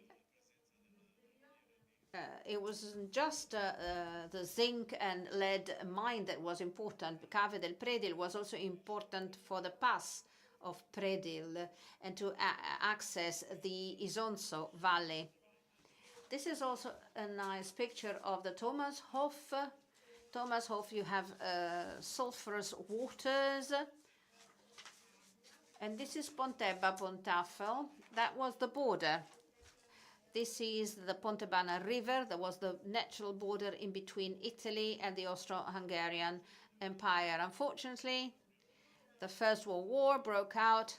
No one wanted the First World War. The two bridges connecting the two cities, the railway and the car road, were destroyed, and the war started. No one wanted that war. Austria was not ready. And the first line, the Corinthian line along the front, was controlled by volunteers. It was a local military organization with children and adults participating in it. Therefore, the Italians were able to advance and to cross that first line. And then the war ended. The Austrians succeeded in consolidating their positions. These are further pictures from the First World War. And they're telling me that I have to conclude, but I wanted to show you something. These are the various municipalities of Valcanale. And here, as a percentage, you see the linguistic situation, the number of speakers. So there are municipalities like Malborghetto, Tarvisio, Cocao, where most of the speakers are German speaking, whereas Ugovica, Valbruna, and others are Slovene speaking communities. this has been a feature of Valle Canale. This is the period of the options that were given to them, and the inhabitants of Valle Canale opted to leave Valle Canale, and this is the present situation. This is the market in Treviso, and slowly the development of tourism in the area. And this is the Kanaltaler Kulturverein and the various initiatives. I just want to show our friends from South Tyrol what we do there with our initiatives. These are our costumes.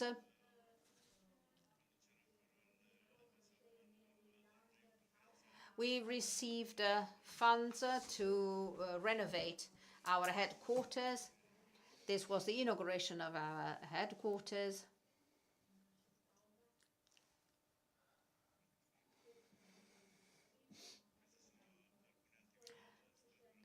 Further activities all through the year.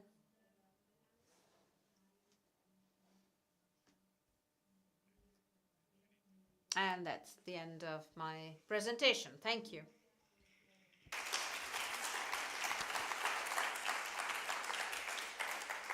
Ecco, ringraziamo.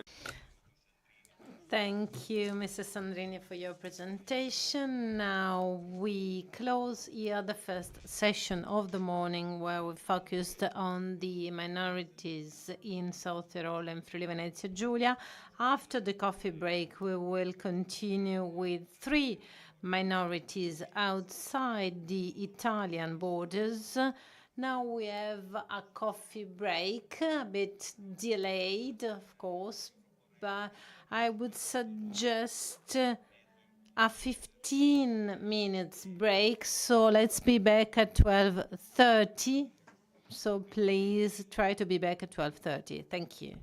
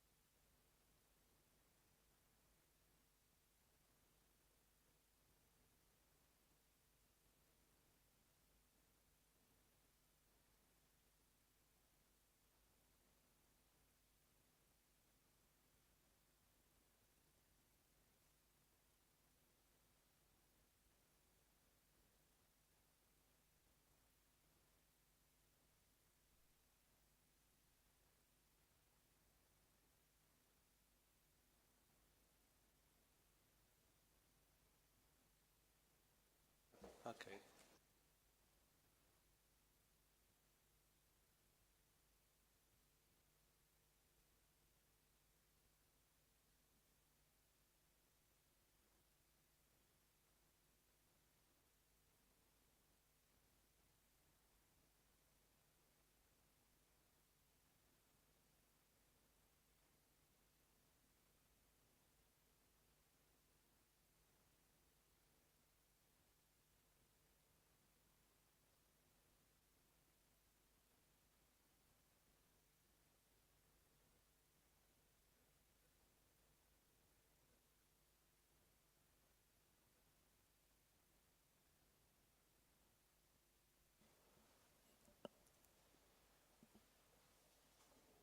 Bene, direi di ricominciare.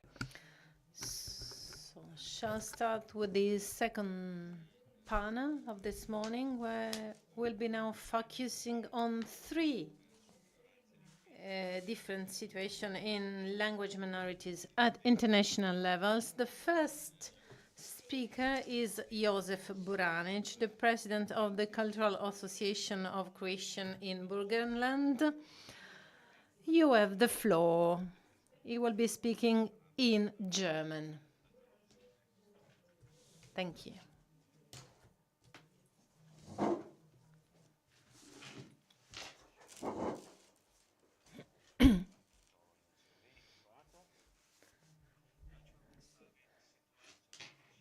So the speaker started speaking in Croatian. Good morning.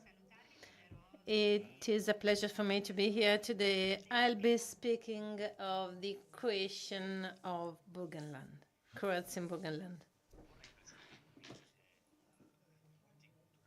I would like to describe you multiculturalism within our region. I will not devote enough, will speak briefly about the historical aspect. I will rather speak about the our community in Austria, the general situation and our needs. So when we speak about minority language, we speak especially about children and their families and their expertise within their families. In free time in schools, and we shall try to commit ourselves so that the children in Burgenland not only speak the language, but they can only love the language. So we'll speak from the framework, an overview of the situation, and then the individual issues. But first, I would like to look at the history. Now, today we'll be speaking about Croats in Burgenland, the ethnic group that has been part of the region for over 500 years. The Gradišćanski Hrvati are a living example of cultural diversity, historical resilience, and multilingualism in what was then Western Hungary under the Austro-Hungarian Empire. We have been present in Austria, Slovakia, and Hungary for 100 years. A look into the past. Here in the map you can see Burgenland, which is where the Croats live. You see also Vienna, you see Uganska, Hungary. So part of these Croats, after the First World War, remained in Hungary, and another one moved. So the Croatian community is fragmented among three different states. So we are in Bratislava corridor and up to the Slovenian border. Of course, when the border was created, this of course affected the situation because the border crossed our towns, our villages, and this was a very painful separation in regions that were our home, and they divided our community as well. In the 16th century, around 100,000 Croats fled from what was then Croatia. and due to the Ottoman wars, and were settled by landowners in Western Hungary, Lower Austria, Moravia, and Slovakia. So there was a systematic movements from one place to the other because of the many wars and the epidemics. Manpower was required, and the Hungarian and of course, lands also in Croatia that belong to the Austro-Hungarian Empire. Despite the majorization of the Kingdom of Hungary at the end of the 20th century, which had eliminated the Croatian language from schools, the Croats of Burgenland managed to preserve their identity. Priests, teachers, and committed citizens fought to preserve their language and their culture, often against strong opposition. It is estimated that around 50,000 Burgenland Croats live in Austria, including up 15,000 in Vienna, 1/3 of them. In light of migration to the capital city, many moved from our home region. The number of people speaking Croatian dialect is decreasing. Young people often grow up in an environment dominated by the German language, in which Croatian plays only a secondary role. Though minority rights are enshrined in law, I'm referring to the Treaty of 1955, where the Croatian minority is mentioned with some rights. However, rights of minorities, like the place names in the two languages, however, this is not enough to keep the language alive. And however, there's a lack of resources, of teachers, of visibility in the media. Language is not very present. There's also a low social prestige and insufficient political support going on for decades.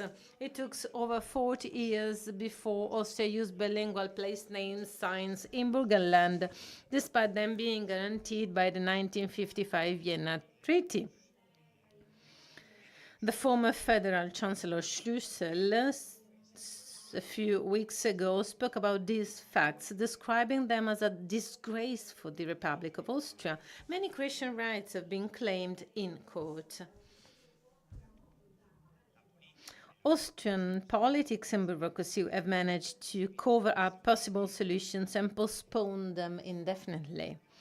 The strong political pressure for assimilation after the, however, the new generation of politicians gives us hope, as they are not burdened by history and can therefore discuss future challenges with a forward-looking approach. That thinking based on minimum standards and the protection of minorities under the Austrian Treaty of 1955 must be replaced by a more active language policy. This includes a new codification of the 1976 Ethnic Groups Act. In addition to the state treaty, there's also an Ethnic Groups Act dating back to 1976, but this act was and its implementation with its rights and duties, it is quite challenging. So it requires time to reach political consensus. Multilingualism is not a luxury as an added value for society, but it is a treasure. Those who speak several languages have access to more cultures, ways of thinking, and point of view. In a globalized world, this is an invaluable advantage. The Croats of Burgenland are a living example of how regional multilingualism can contribute to social cohesion. We are a bridge between Austria, Croatian neighboring countries, between tradition, modernity, between rural areas and cities. When we talk about the future of the Croats of Burgenland, we talk about language promotion, education, mainly, modern organization, media visibility, and political support, of course.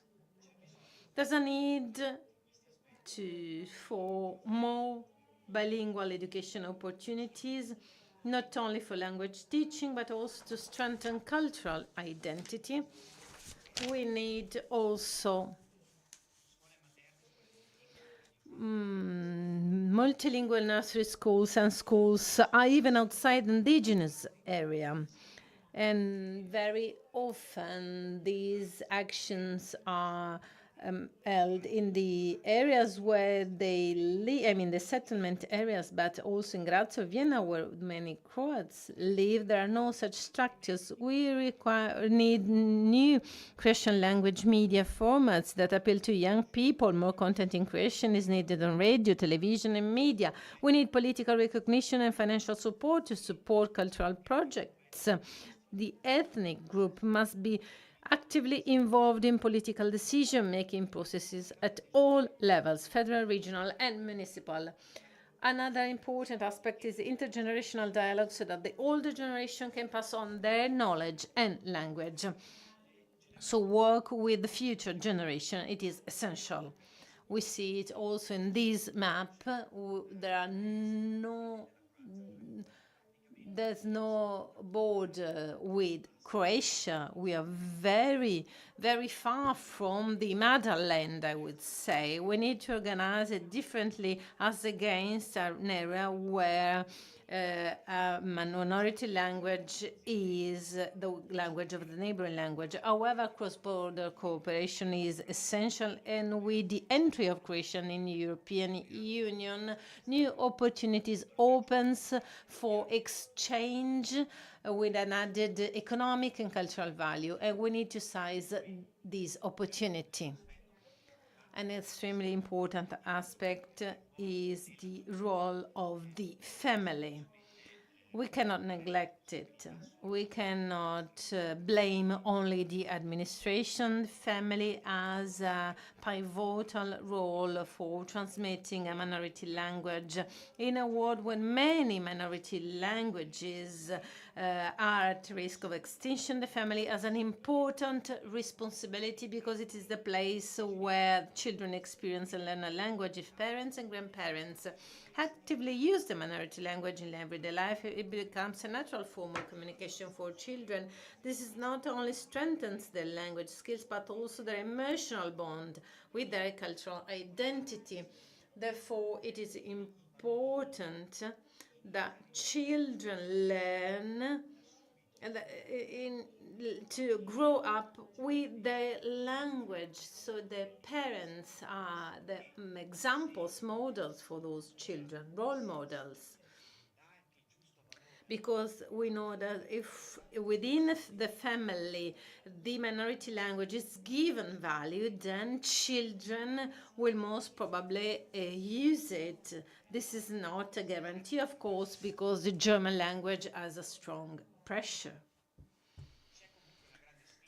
However, a challenge is to be tackled by the families, and a multilingual offer is essential for families. It is important for the project that specific measures are enacted to help families with cultural events, bilingual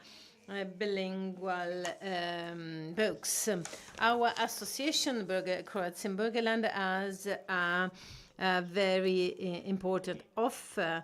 Schools are a place of learning, and children who experience who studies in these schools understand the value of the language, and they become proud of using the language. Some political debates are around, this topic, of course, but nothing needs to be given for granted. In nursery schools and school, the German language is the dominant one. However, the Croatian language should also be used, otherwise they risk losing their mother tongue. But try to imagine a child that can use, speak, write in their own mother tongue, then they have experienced happiness, freedom, and identity. There are studies that, according to which bilingual children grow with more self-confidence. Multilingualism is not an obstacle, is a gift. Sometimes it only apparently only affects the image of a matter of the image of the language. This is a Slavic language that needs to be accepted by the majority population. There are different schools, Croatian schools in Burgenland. There's also the Hungarian minority. There's also bilingual high school.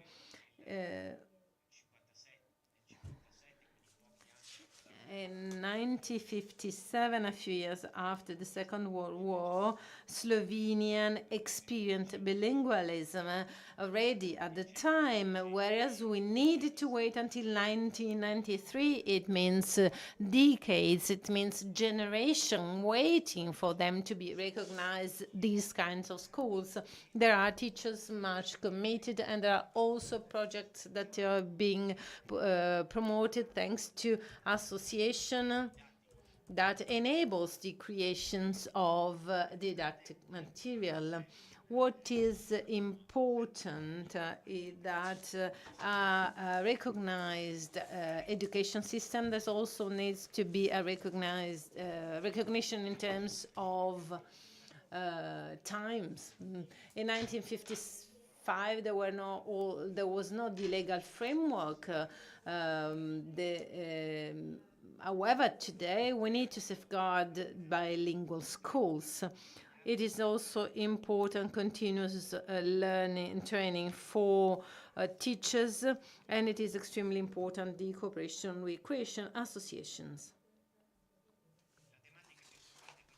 The most important topic at the moment is the education system in cities. We are working on that. We are trying to create a Croatian school in Vienna that needs to be shaped on the school of the Komensky school. This is a matter of survival. We need to decide whether we want it to be in the city center or just in rural areas. So the ethnic group in Vienna is connected directly to the Croats of Burgenland, and we need to guarantee that also in these city centers there's a minority that wants to use the language. We need to be able to have the support of the legal framework, and we need also the support of the chancellors in order for amendments in terms of legal provisions.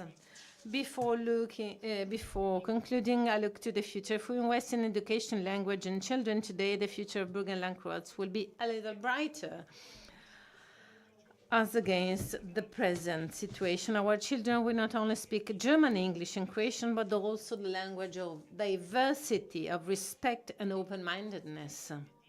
So the target is spreading multilingualism as much as possible. Otherwise, Burgenland will not only be a historical place, but remain a place where multilingualism is lived. The Croatian language is one of the 24 languages of the European Union. This means that there's a new European dimension for our small ethnic group, which highlights Croatian in Austria as an active element of unity between peoples and as mediators between cultures. The language of Burgenland Croats is not a relic of the past. It is a treasure of the present, and it is a promise for the future. This promise begins at school with every child who says, yes, I speak Croatian and I'm proud of it.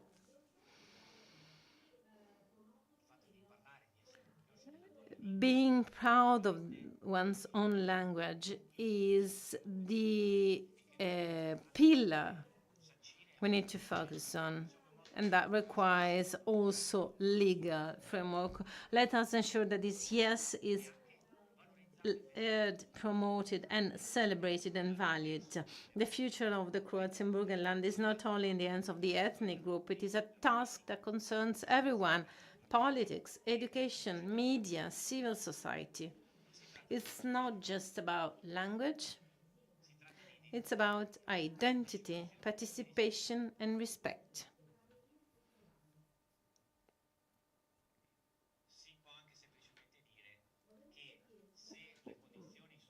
If the conditions are positive for the minorities, all the conditions are positive also for the nation state as a whole. So let us ensure that the Burgenland Croatian language is not only heard but also understood, because language is part of our culture. These associations present in Austria, the cultural associations, are the result of the work of the Center for Ethnic Groups and Community. What is important is mutual learning one from the other. We need to learn from each other.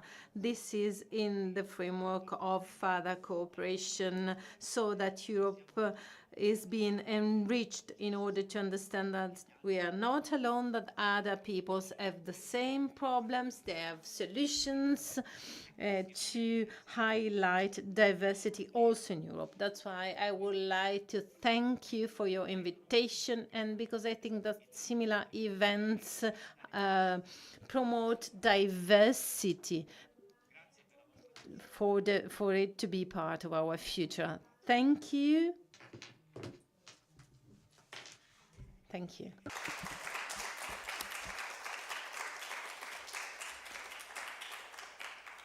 Bene, ringraziamo il We thank Mr. Buranic for his contribution. And let's move on from Central Europe to the north of the Iberian Peninsula, the Basque community, a case of growth and linguistic revival and revitalization. I'd like to give the floor to Pachi Xavier Bastarrica Gaipasoro, who is an expert in linguistic revitalization.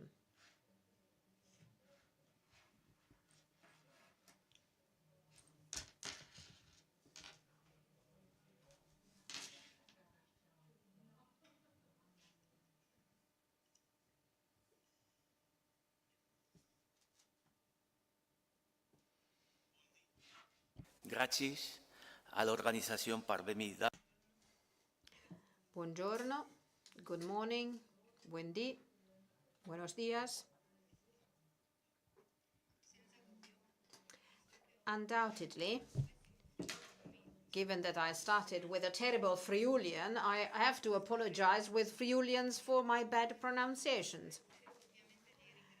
Of course, I wanted to thank all of you and all of the organizers and the institutions participating in the organization of this event, and I thank Michela and the municipality of Commons, all institutions and organizations, and in particular I want to thank you because you've given me the opportunity to participate in this very interesting conference, taking into account the various speakers that have contributed to this morning's debate. I'll try and comply with the text that I have prepared because I have to be very concise. And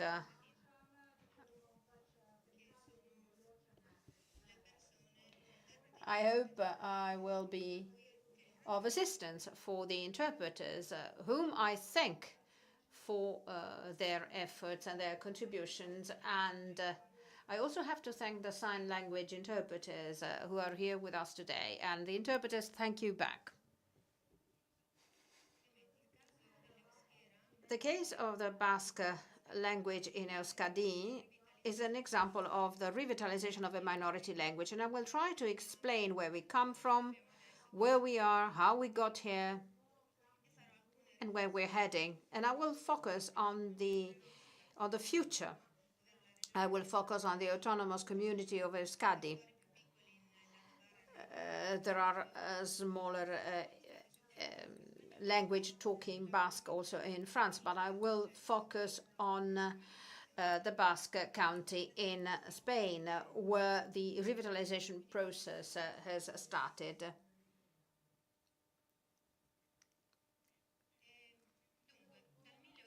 Starting from the year 1800, so we're going back in time, Euskera has experienced a decline.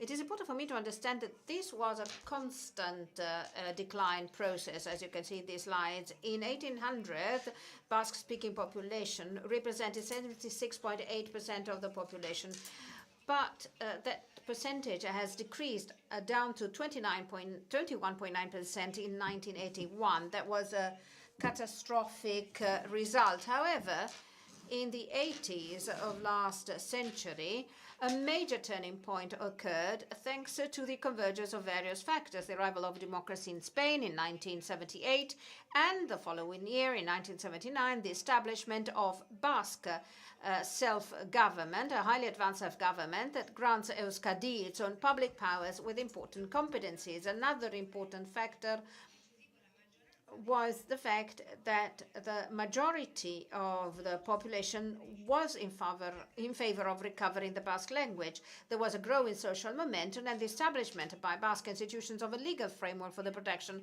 of the Basque language and the initiation of an active linguistic policy to promote Euskera. As a result, today,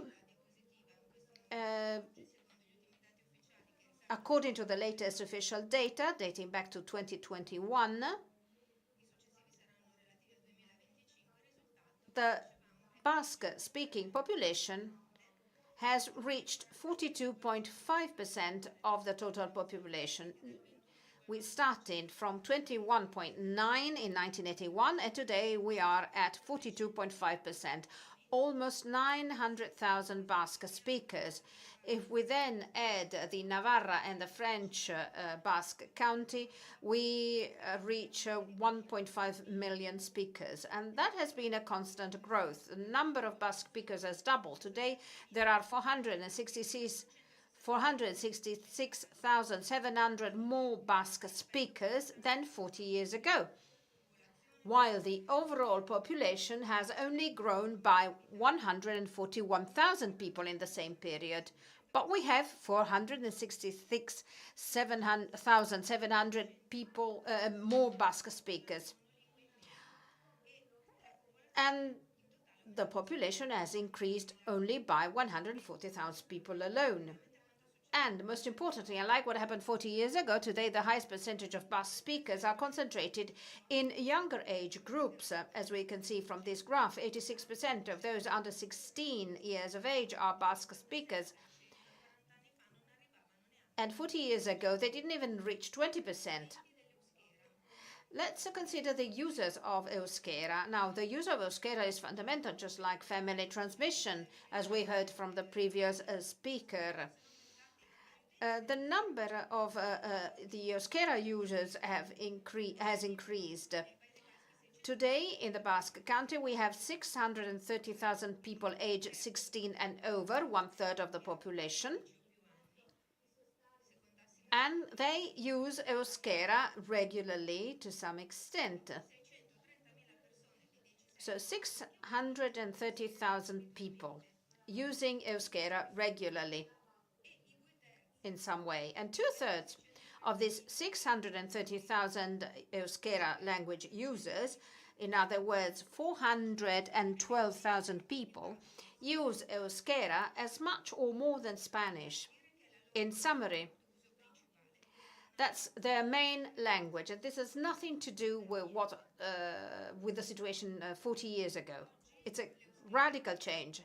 Today, Euskera is a modern language used in education, university, cultural creation, administration, media, the internet, and in the socio-economic and labor world,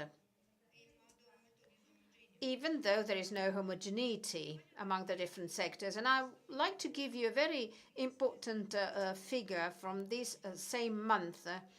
It concerns the university education. In the 2025-2026 academic year that has just started, 57% of new students have chosen to pursue their undergraduate studies entirely in Euskera.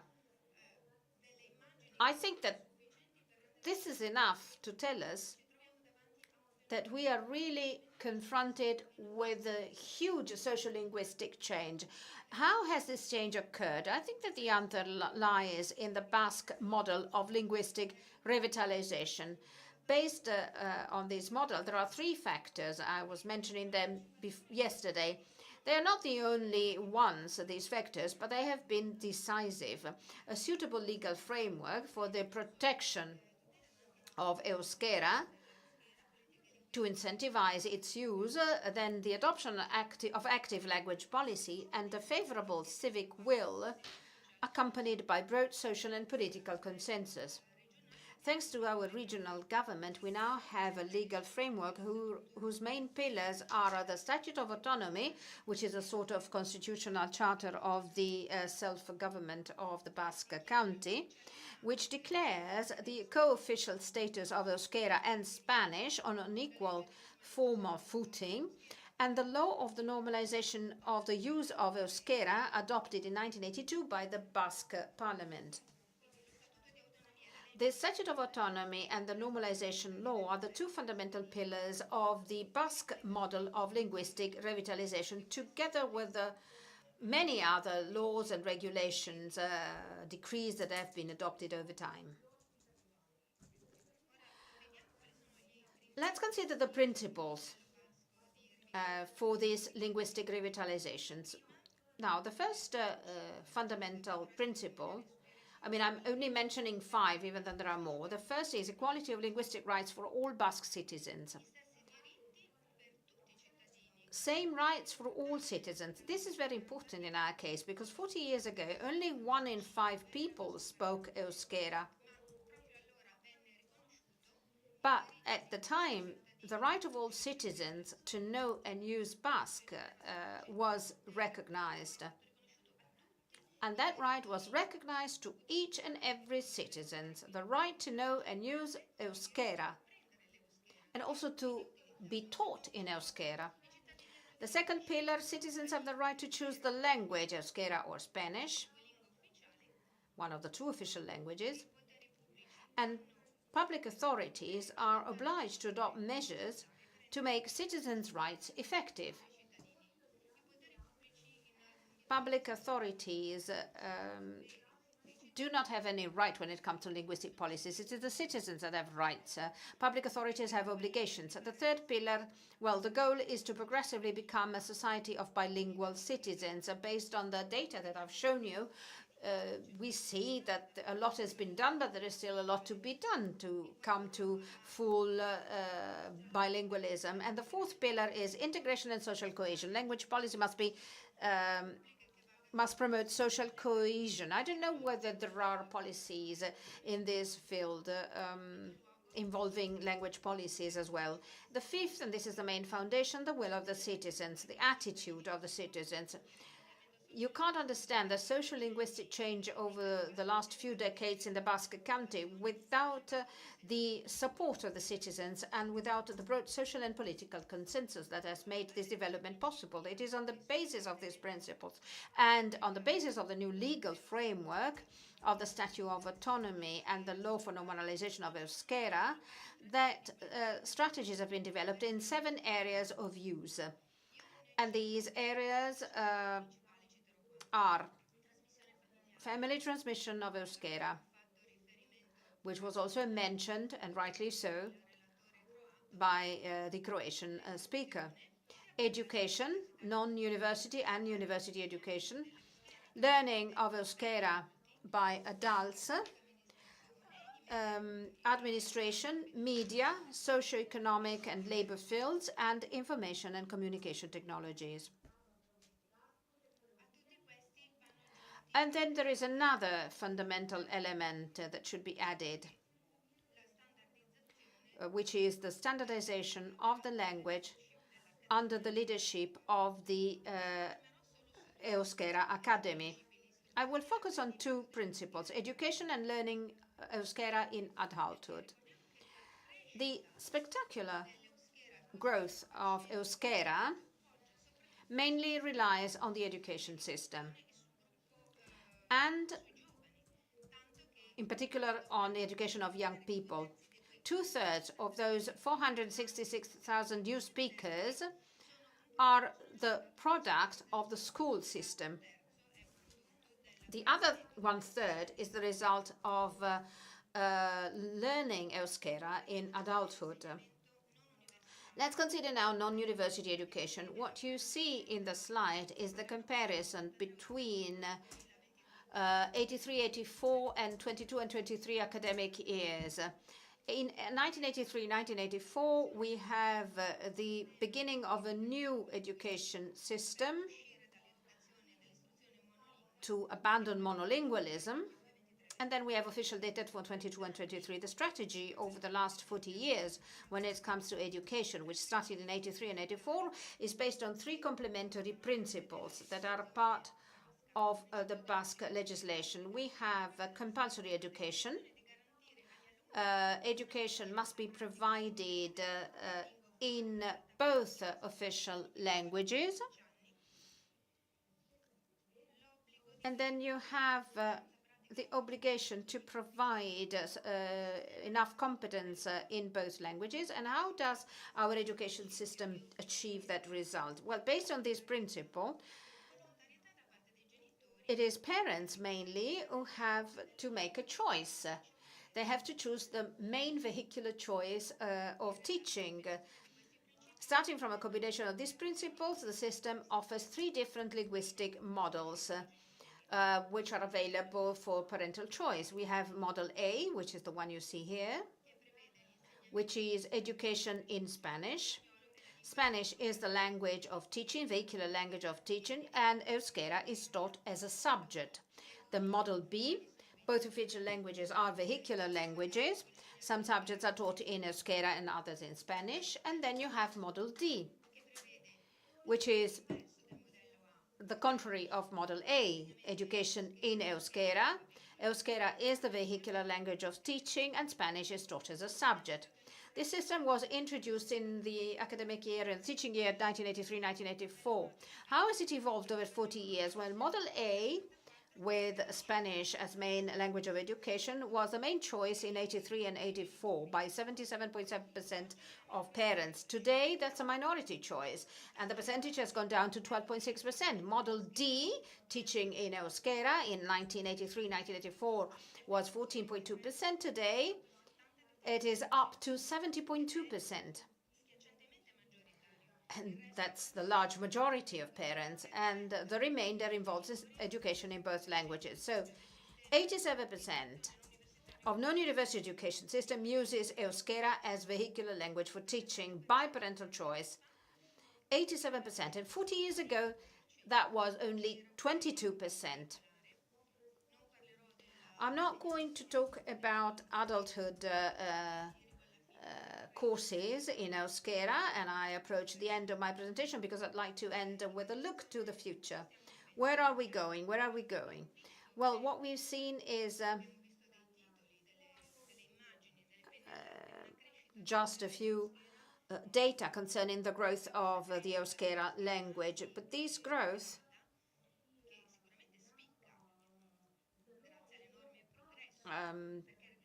has been huge. Has, however, limitations, and there are some shadows as well. Today, after 40 years, we cannot opt to use Euskera in certain contexts. It is, therefore, a process that has not completed as yet.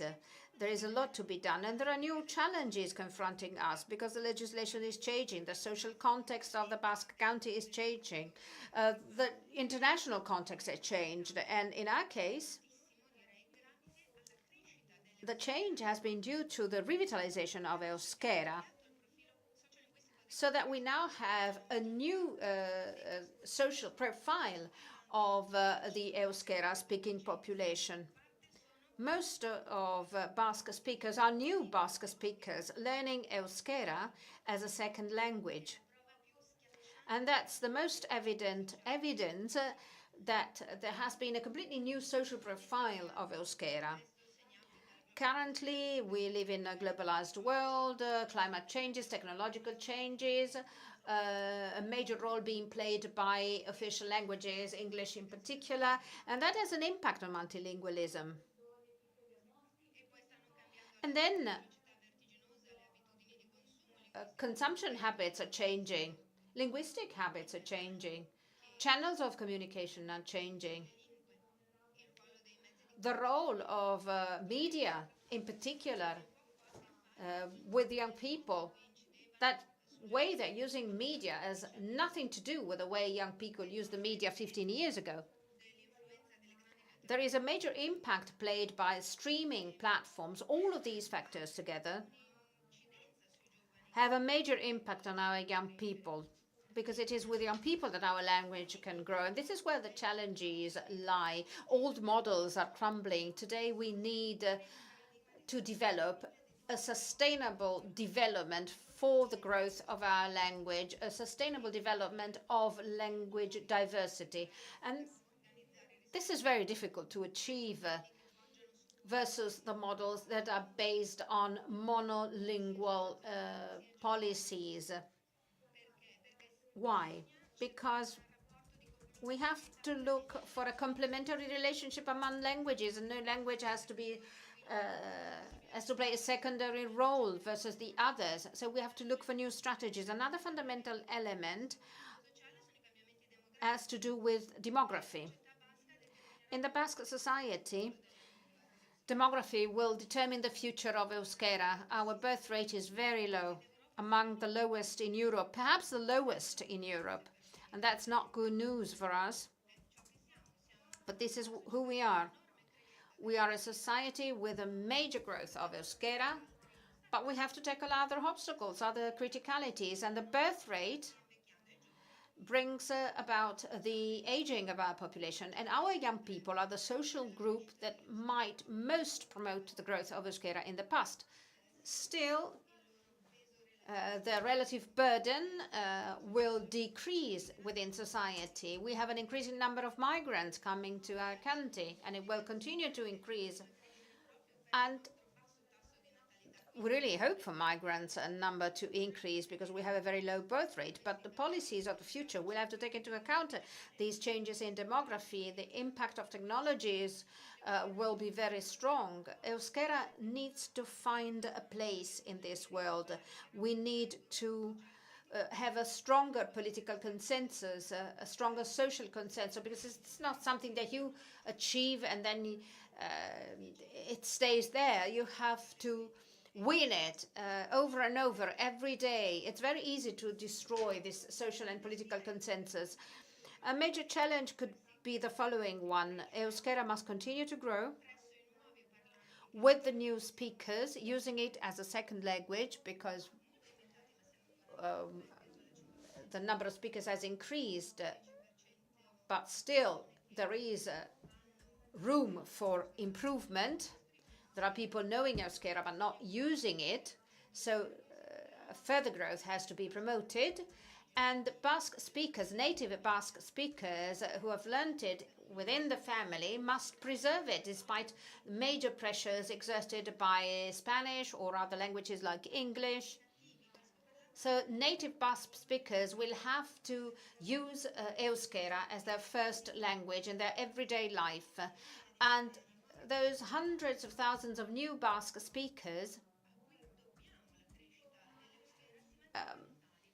have to continue to use Euskera, because most of these new Basque speakers have to be encouraged to use this Euskera in everyday life. And this is very difficult in particular. But these hundreds of thousands of new Basque speakers will have to be able to find Euskera useful, necessary, instrument, both personally and in their occupational life. And this is difficult. This is difficult, but I believe that this is where the most important game has to be played for Euskera. For those who have learned Euskera as a second language, Euskera must not end up being a learned language, a niche language. Quite the opposite. It must be a natural language, an everyday language, which requires that more opportunities have to be created for the use of Euskera, and public authorities have a role to play. And then we need a different management, a fairer management of linguistic diversity in Spanish institutions and European institutions. Spain is a multilingual country, but it works as if it were a monolingual country. And active protection of Euskera is left in the hands of Basque institutions, and the same holds true for Catalan, as if the state did not have any interest in protecting these minority languages. Euskera and other minority languages in Spain need to have a friendly state working next to them, accepting linguistic diversity in Spain, and using it as a tool for a greater wealth for our country. The European Union, on its part, has focused its attention on the 24 official languages of the EU, but there are a further 60, 65, 70. So there are other 60, 65 regional languages, and they are as European as the 24 official languages of the EU. And they are integral part of the European Union. They are part of the linguistic diversity of the EU. And in too many occasions, does the European Union ignore these 65 regional languages, just declaring that multilingualism concerns the 24 official languages. Instead, the European Union should consider the whole of these regional languages. The future of Europe, as we heard yesterday, the future of Europe, if we really want to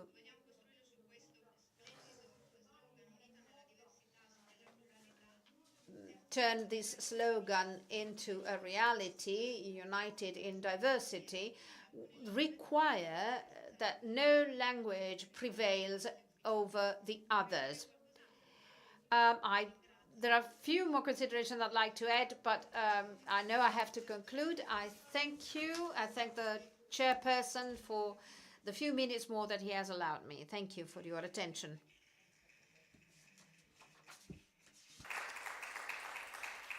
Bene, ringraziamo il dottor Bazzar. We thank Mr. Bazzarrica for his presentation, which has made it very clear what they have done in the Basque counting, and he has also referred to challenges for the future. Let's move on to the latest contribution for this morning. Mrs. Jessica Aquavita, Vice President of the Istrian County. She will talk to us about bilingualism in Istria, the Italian language in between protection and valorization. Thank you. Good morning, everyone. Dobar dan, guten tag, buenos dias. I cannot speak Friulian, but I might learn it. I mean, at least for the greetings.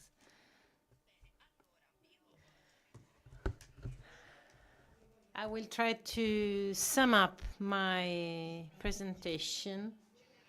I will provide you a few general information. The Istria County is the largest peninsula in the Adriatic Sea. The largest surface of this peninsula belongs to the Croatia and the Istria region, and a smaller part is administered by the mountain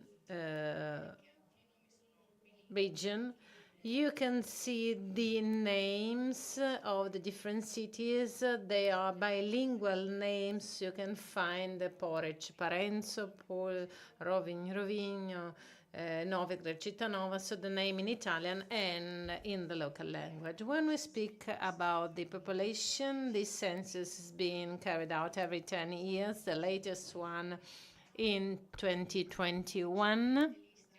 Officially, Istria has 195,326 inhabitants. The estimation for 2024 see an increase up to a bit over 200,000.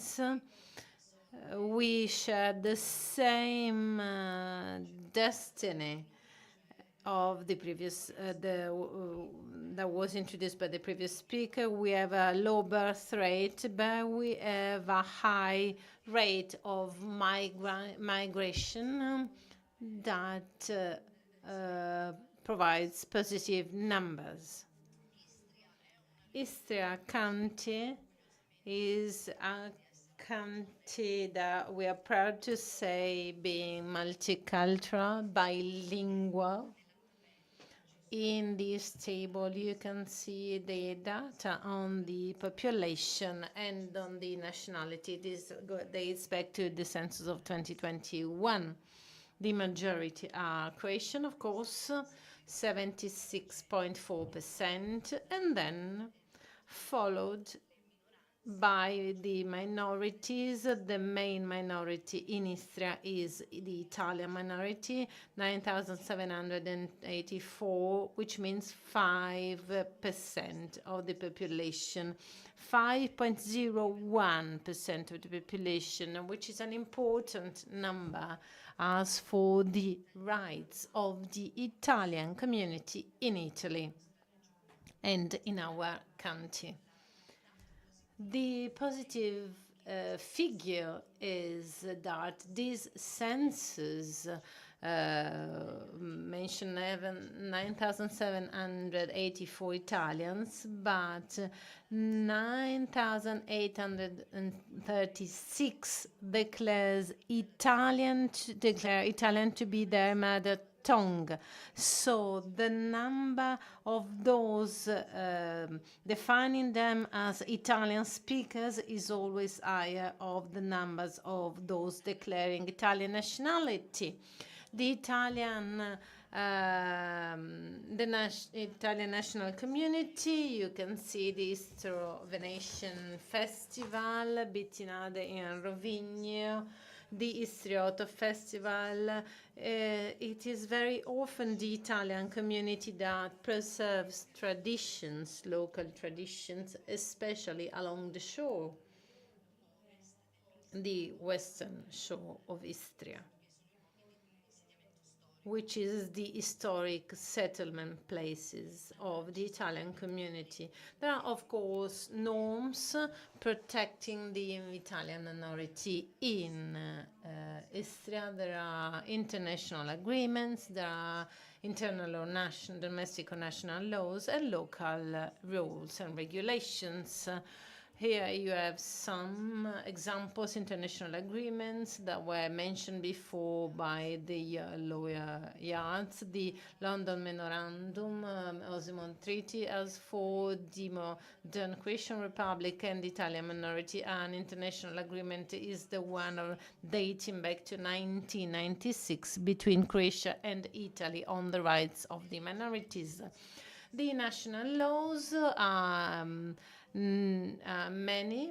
They protect the minorities in general and the Italian minority in particular. The Constitution of the Republic of Croatia, the constitutional law on the rights of minorities, is important because it speaks of education of minority languages, the right of being represented within the Croatian parliament, being represented in the local and regional institutions, in the formation of the councils at regional and local level, the equal use of languages, on languages, we have a law, the law on the use of language and its spelling of the national minorities in the Croatian Republic, which describes in detail how bilingualism shall be implemented within councils, visual bilingualism in road signs, in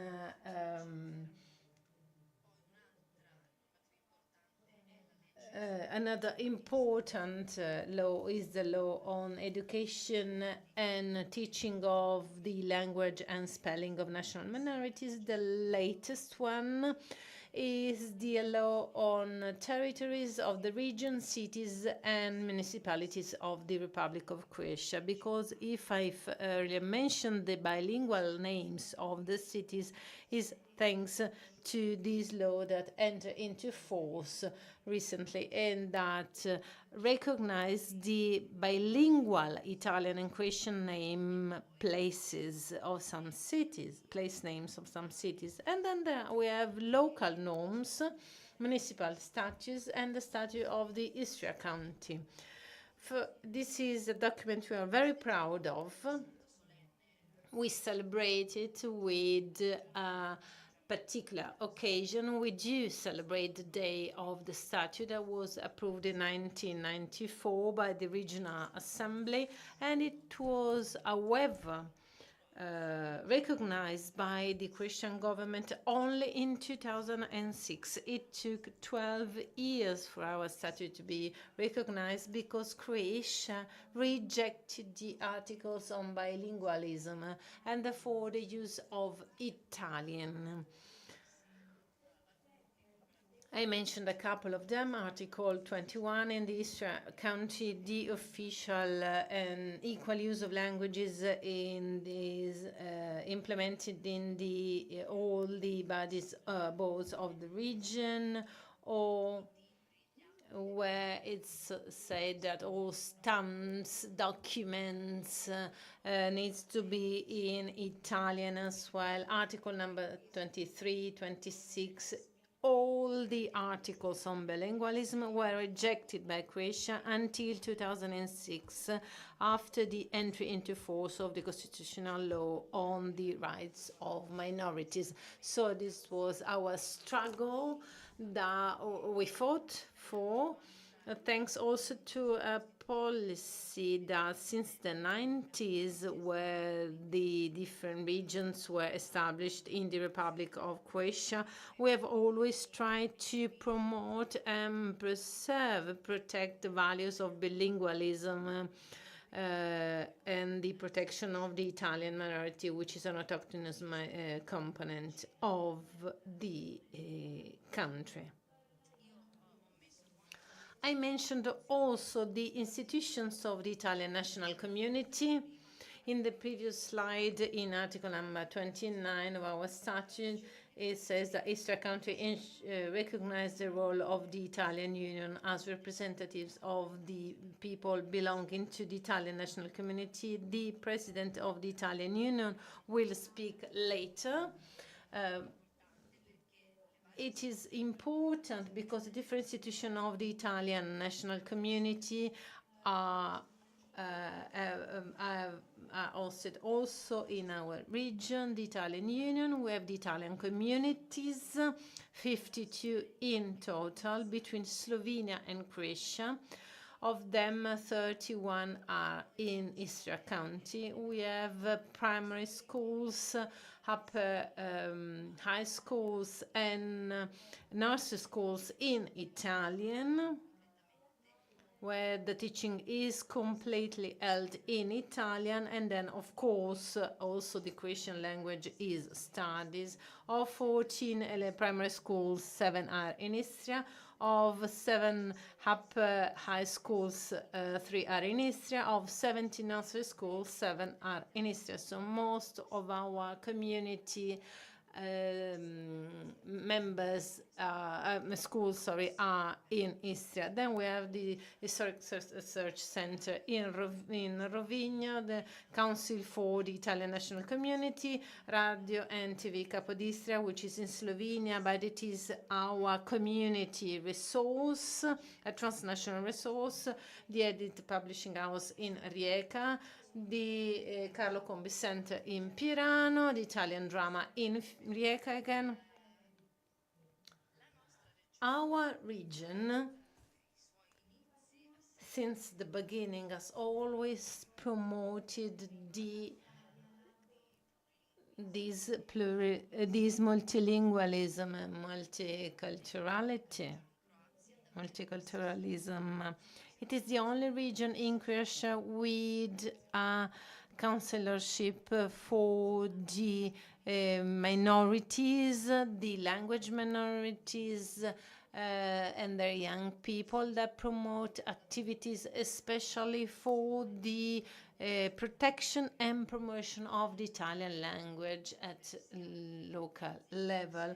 For many years now, we've been organizing a number of projects such as language labs, language courses for the employees of the public institutions that started in 2019, that were attended by over thousands public employees, police officers, medical doctors. Everyone working in public institutions are warmly invited to attend these Italian language courses in order to enable the members of the Italian national community to use the Italian language also within their own institutions. The Italian language courses in nursery schools in bilingual cities, so where the Italian minority is present. A project was launched in 2001 on tiptoe, because even the situation in Istria is quite calm, I mean, quite robust. We are still moving, very slowly on tiptoe, and it was welcomed both by children and by families that have been asking for further editions. It is a way for nursery school children to get in touch with the Italian language before primary schools. Of course, this is what we could do, but lots is due to the state. Refresher courses for the teachers of Italian schools to get in cooperation with the Dante Alighieri Society in Rome and the Agency for Education of the Croatian Republic. They are provided official certification where professors, teachers, experts held these refresher courses, especially on the quality of the language. Another important activities is the working group for the standardization of the Italian terminology. But why do you speak Italian? I mean, the translation in the bilingual municipalities where due to the regulations, bilingual signs, road signs were required. We noticed that the translation were often, non-standardized. So each translator would use their own preferred terms. So in official documents, you would find different definition, for example, of the same institution. So we needed to work on the quality of the use of the Italian language. And we therefore established this working group to which all the translators of the local administration belong. They already produced a first glossary, terminology collection. They are supported by the translator of Friuli Venezia Giulia. They are in touch with them in case they need any suggestion, any explanation, and also with translators working at European Union level. Thanks to this working group, we had the opportunity to have one translator in the Istria County, which is a disposal of the bilingual local self-government institutions.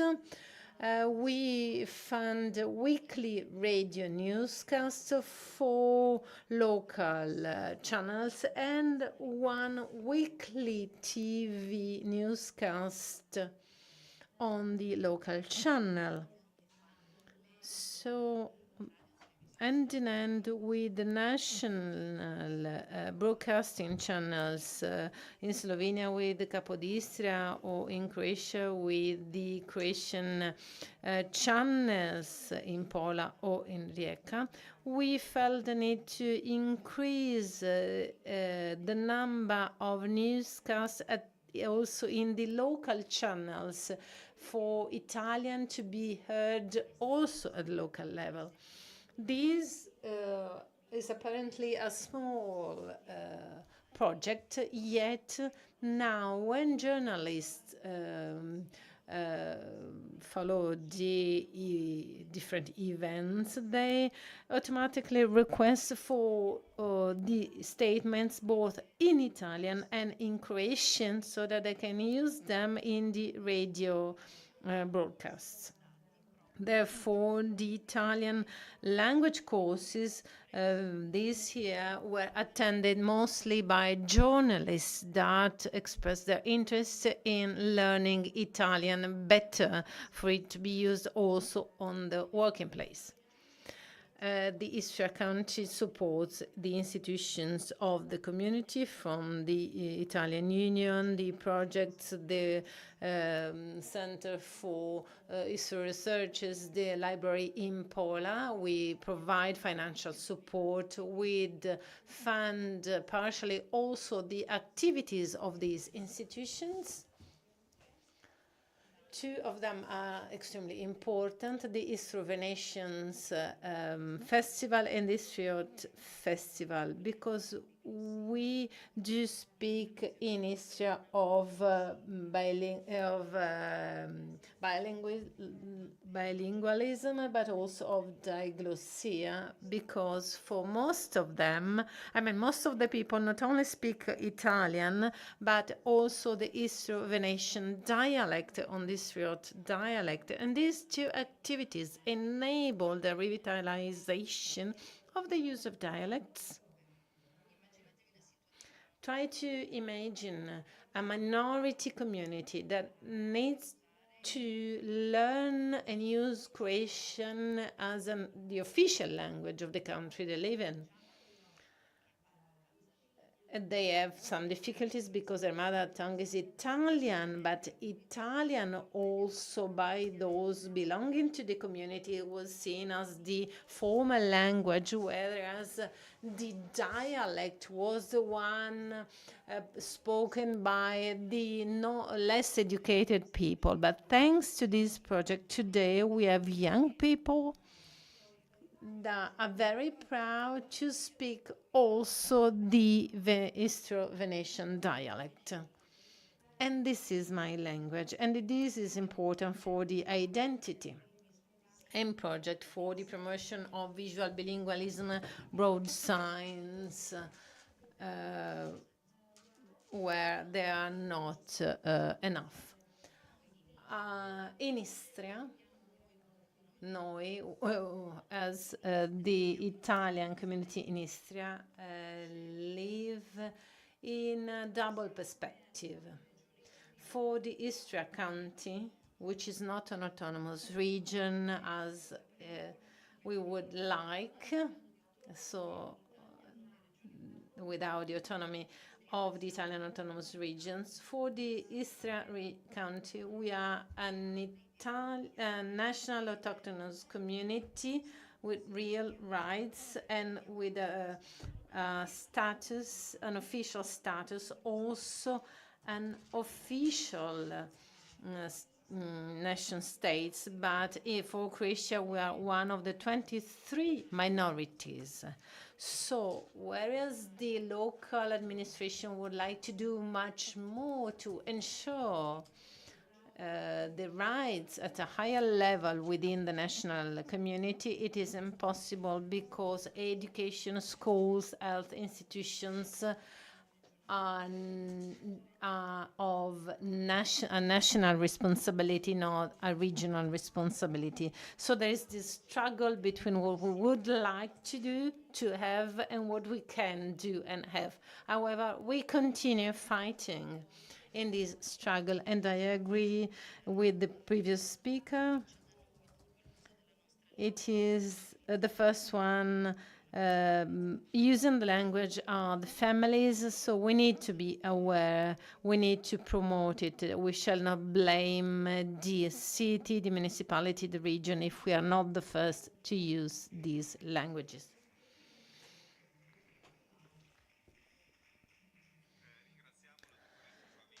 Thank you, Mr. Quavita, for your presentation that provided us an overview of the present situation in Istria and the long journey you went through. This is the end of the morning session where we had the chance to focus on the different minorities. What we listened to this morning will be extremely useful for the afternoon session where we'll be focusing on the best practices implemented in these areas. From the organizational point of view, for those who need a transfer to move to Villa Lipoggia in the afternoon, the meeting point is outside here where you had the coffee break at 2:30. So at 2:30 meeting point, 2:40, okay, let's say 2:40. 2:40 meeting point outside here. Thank you.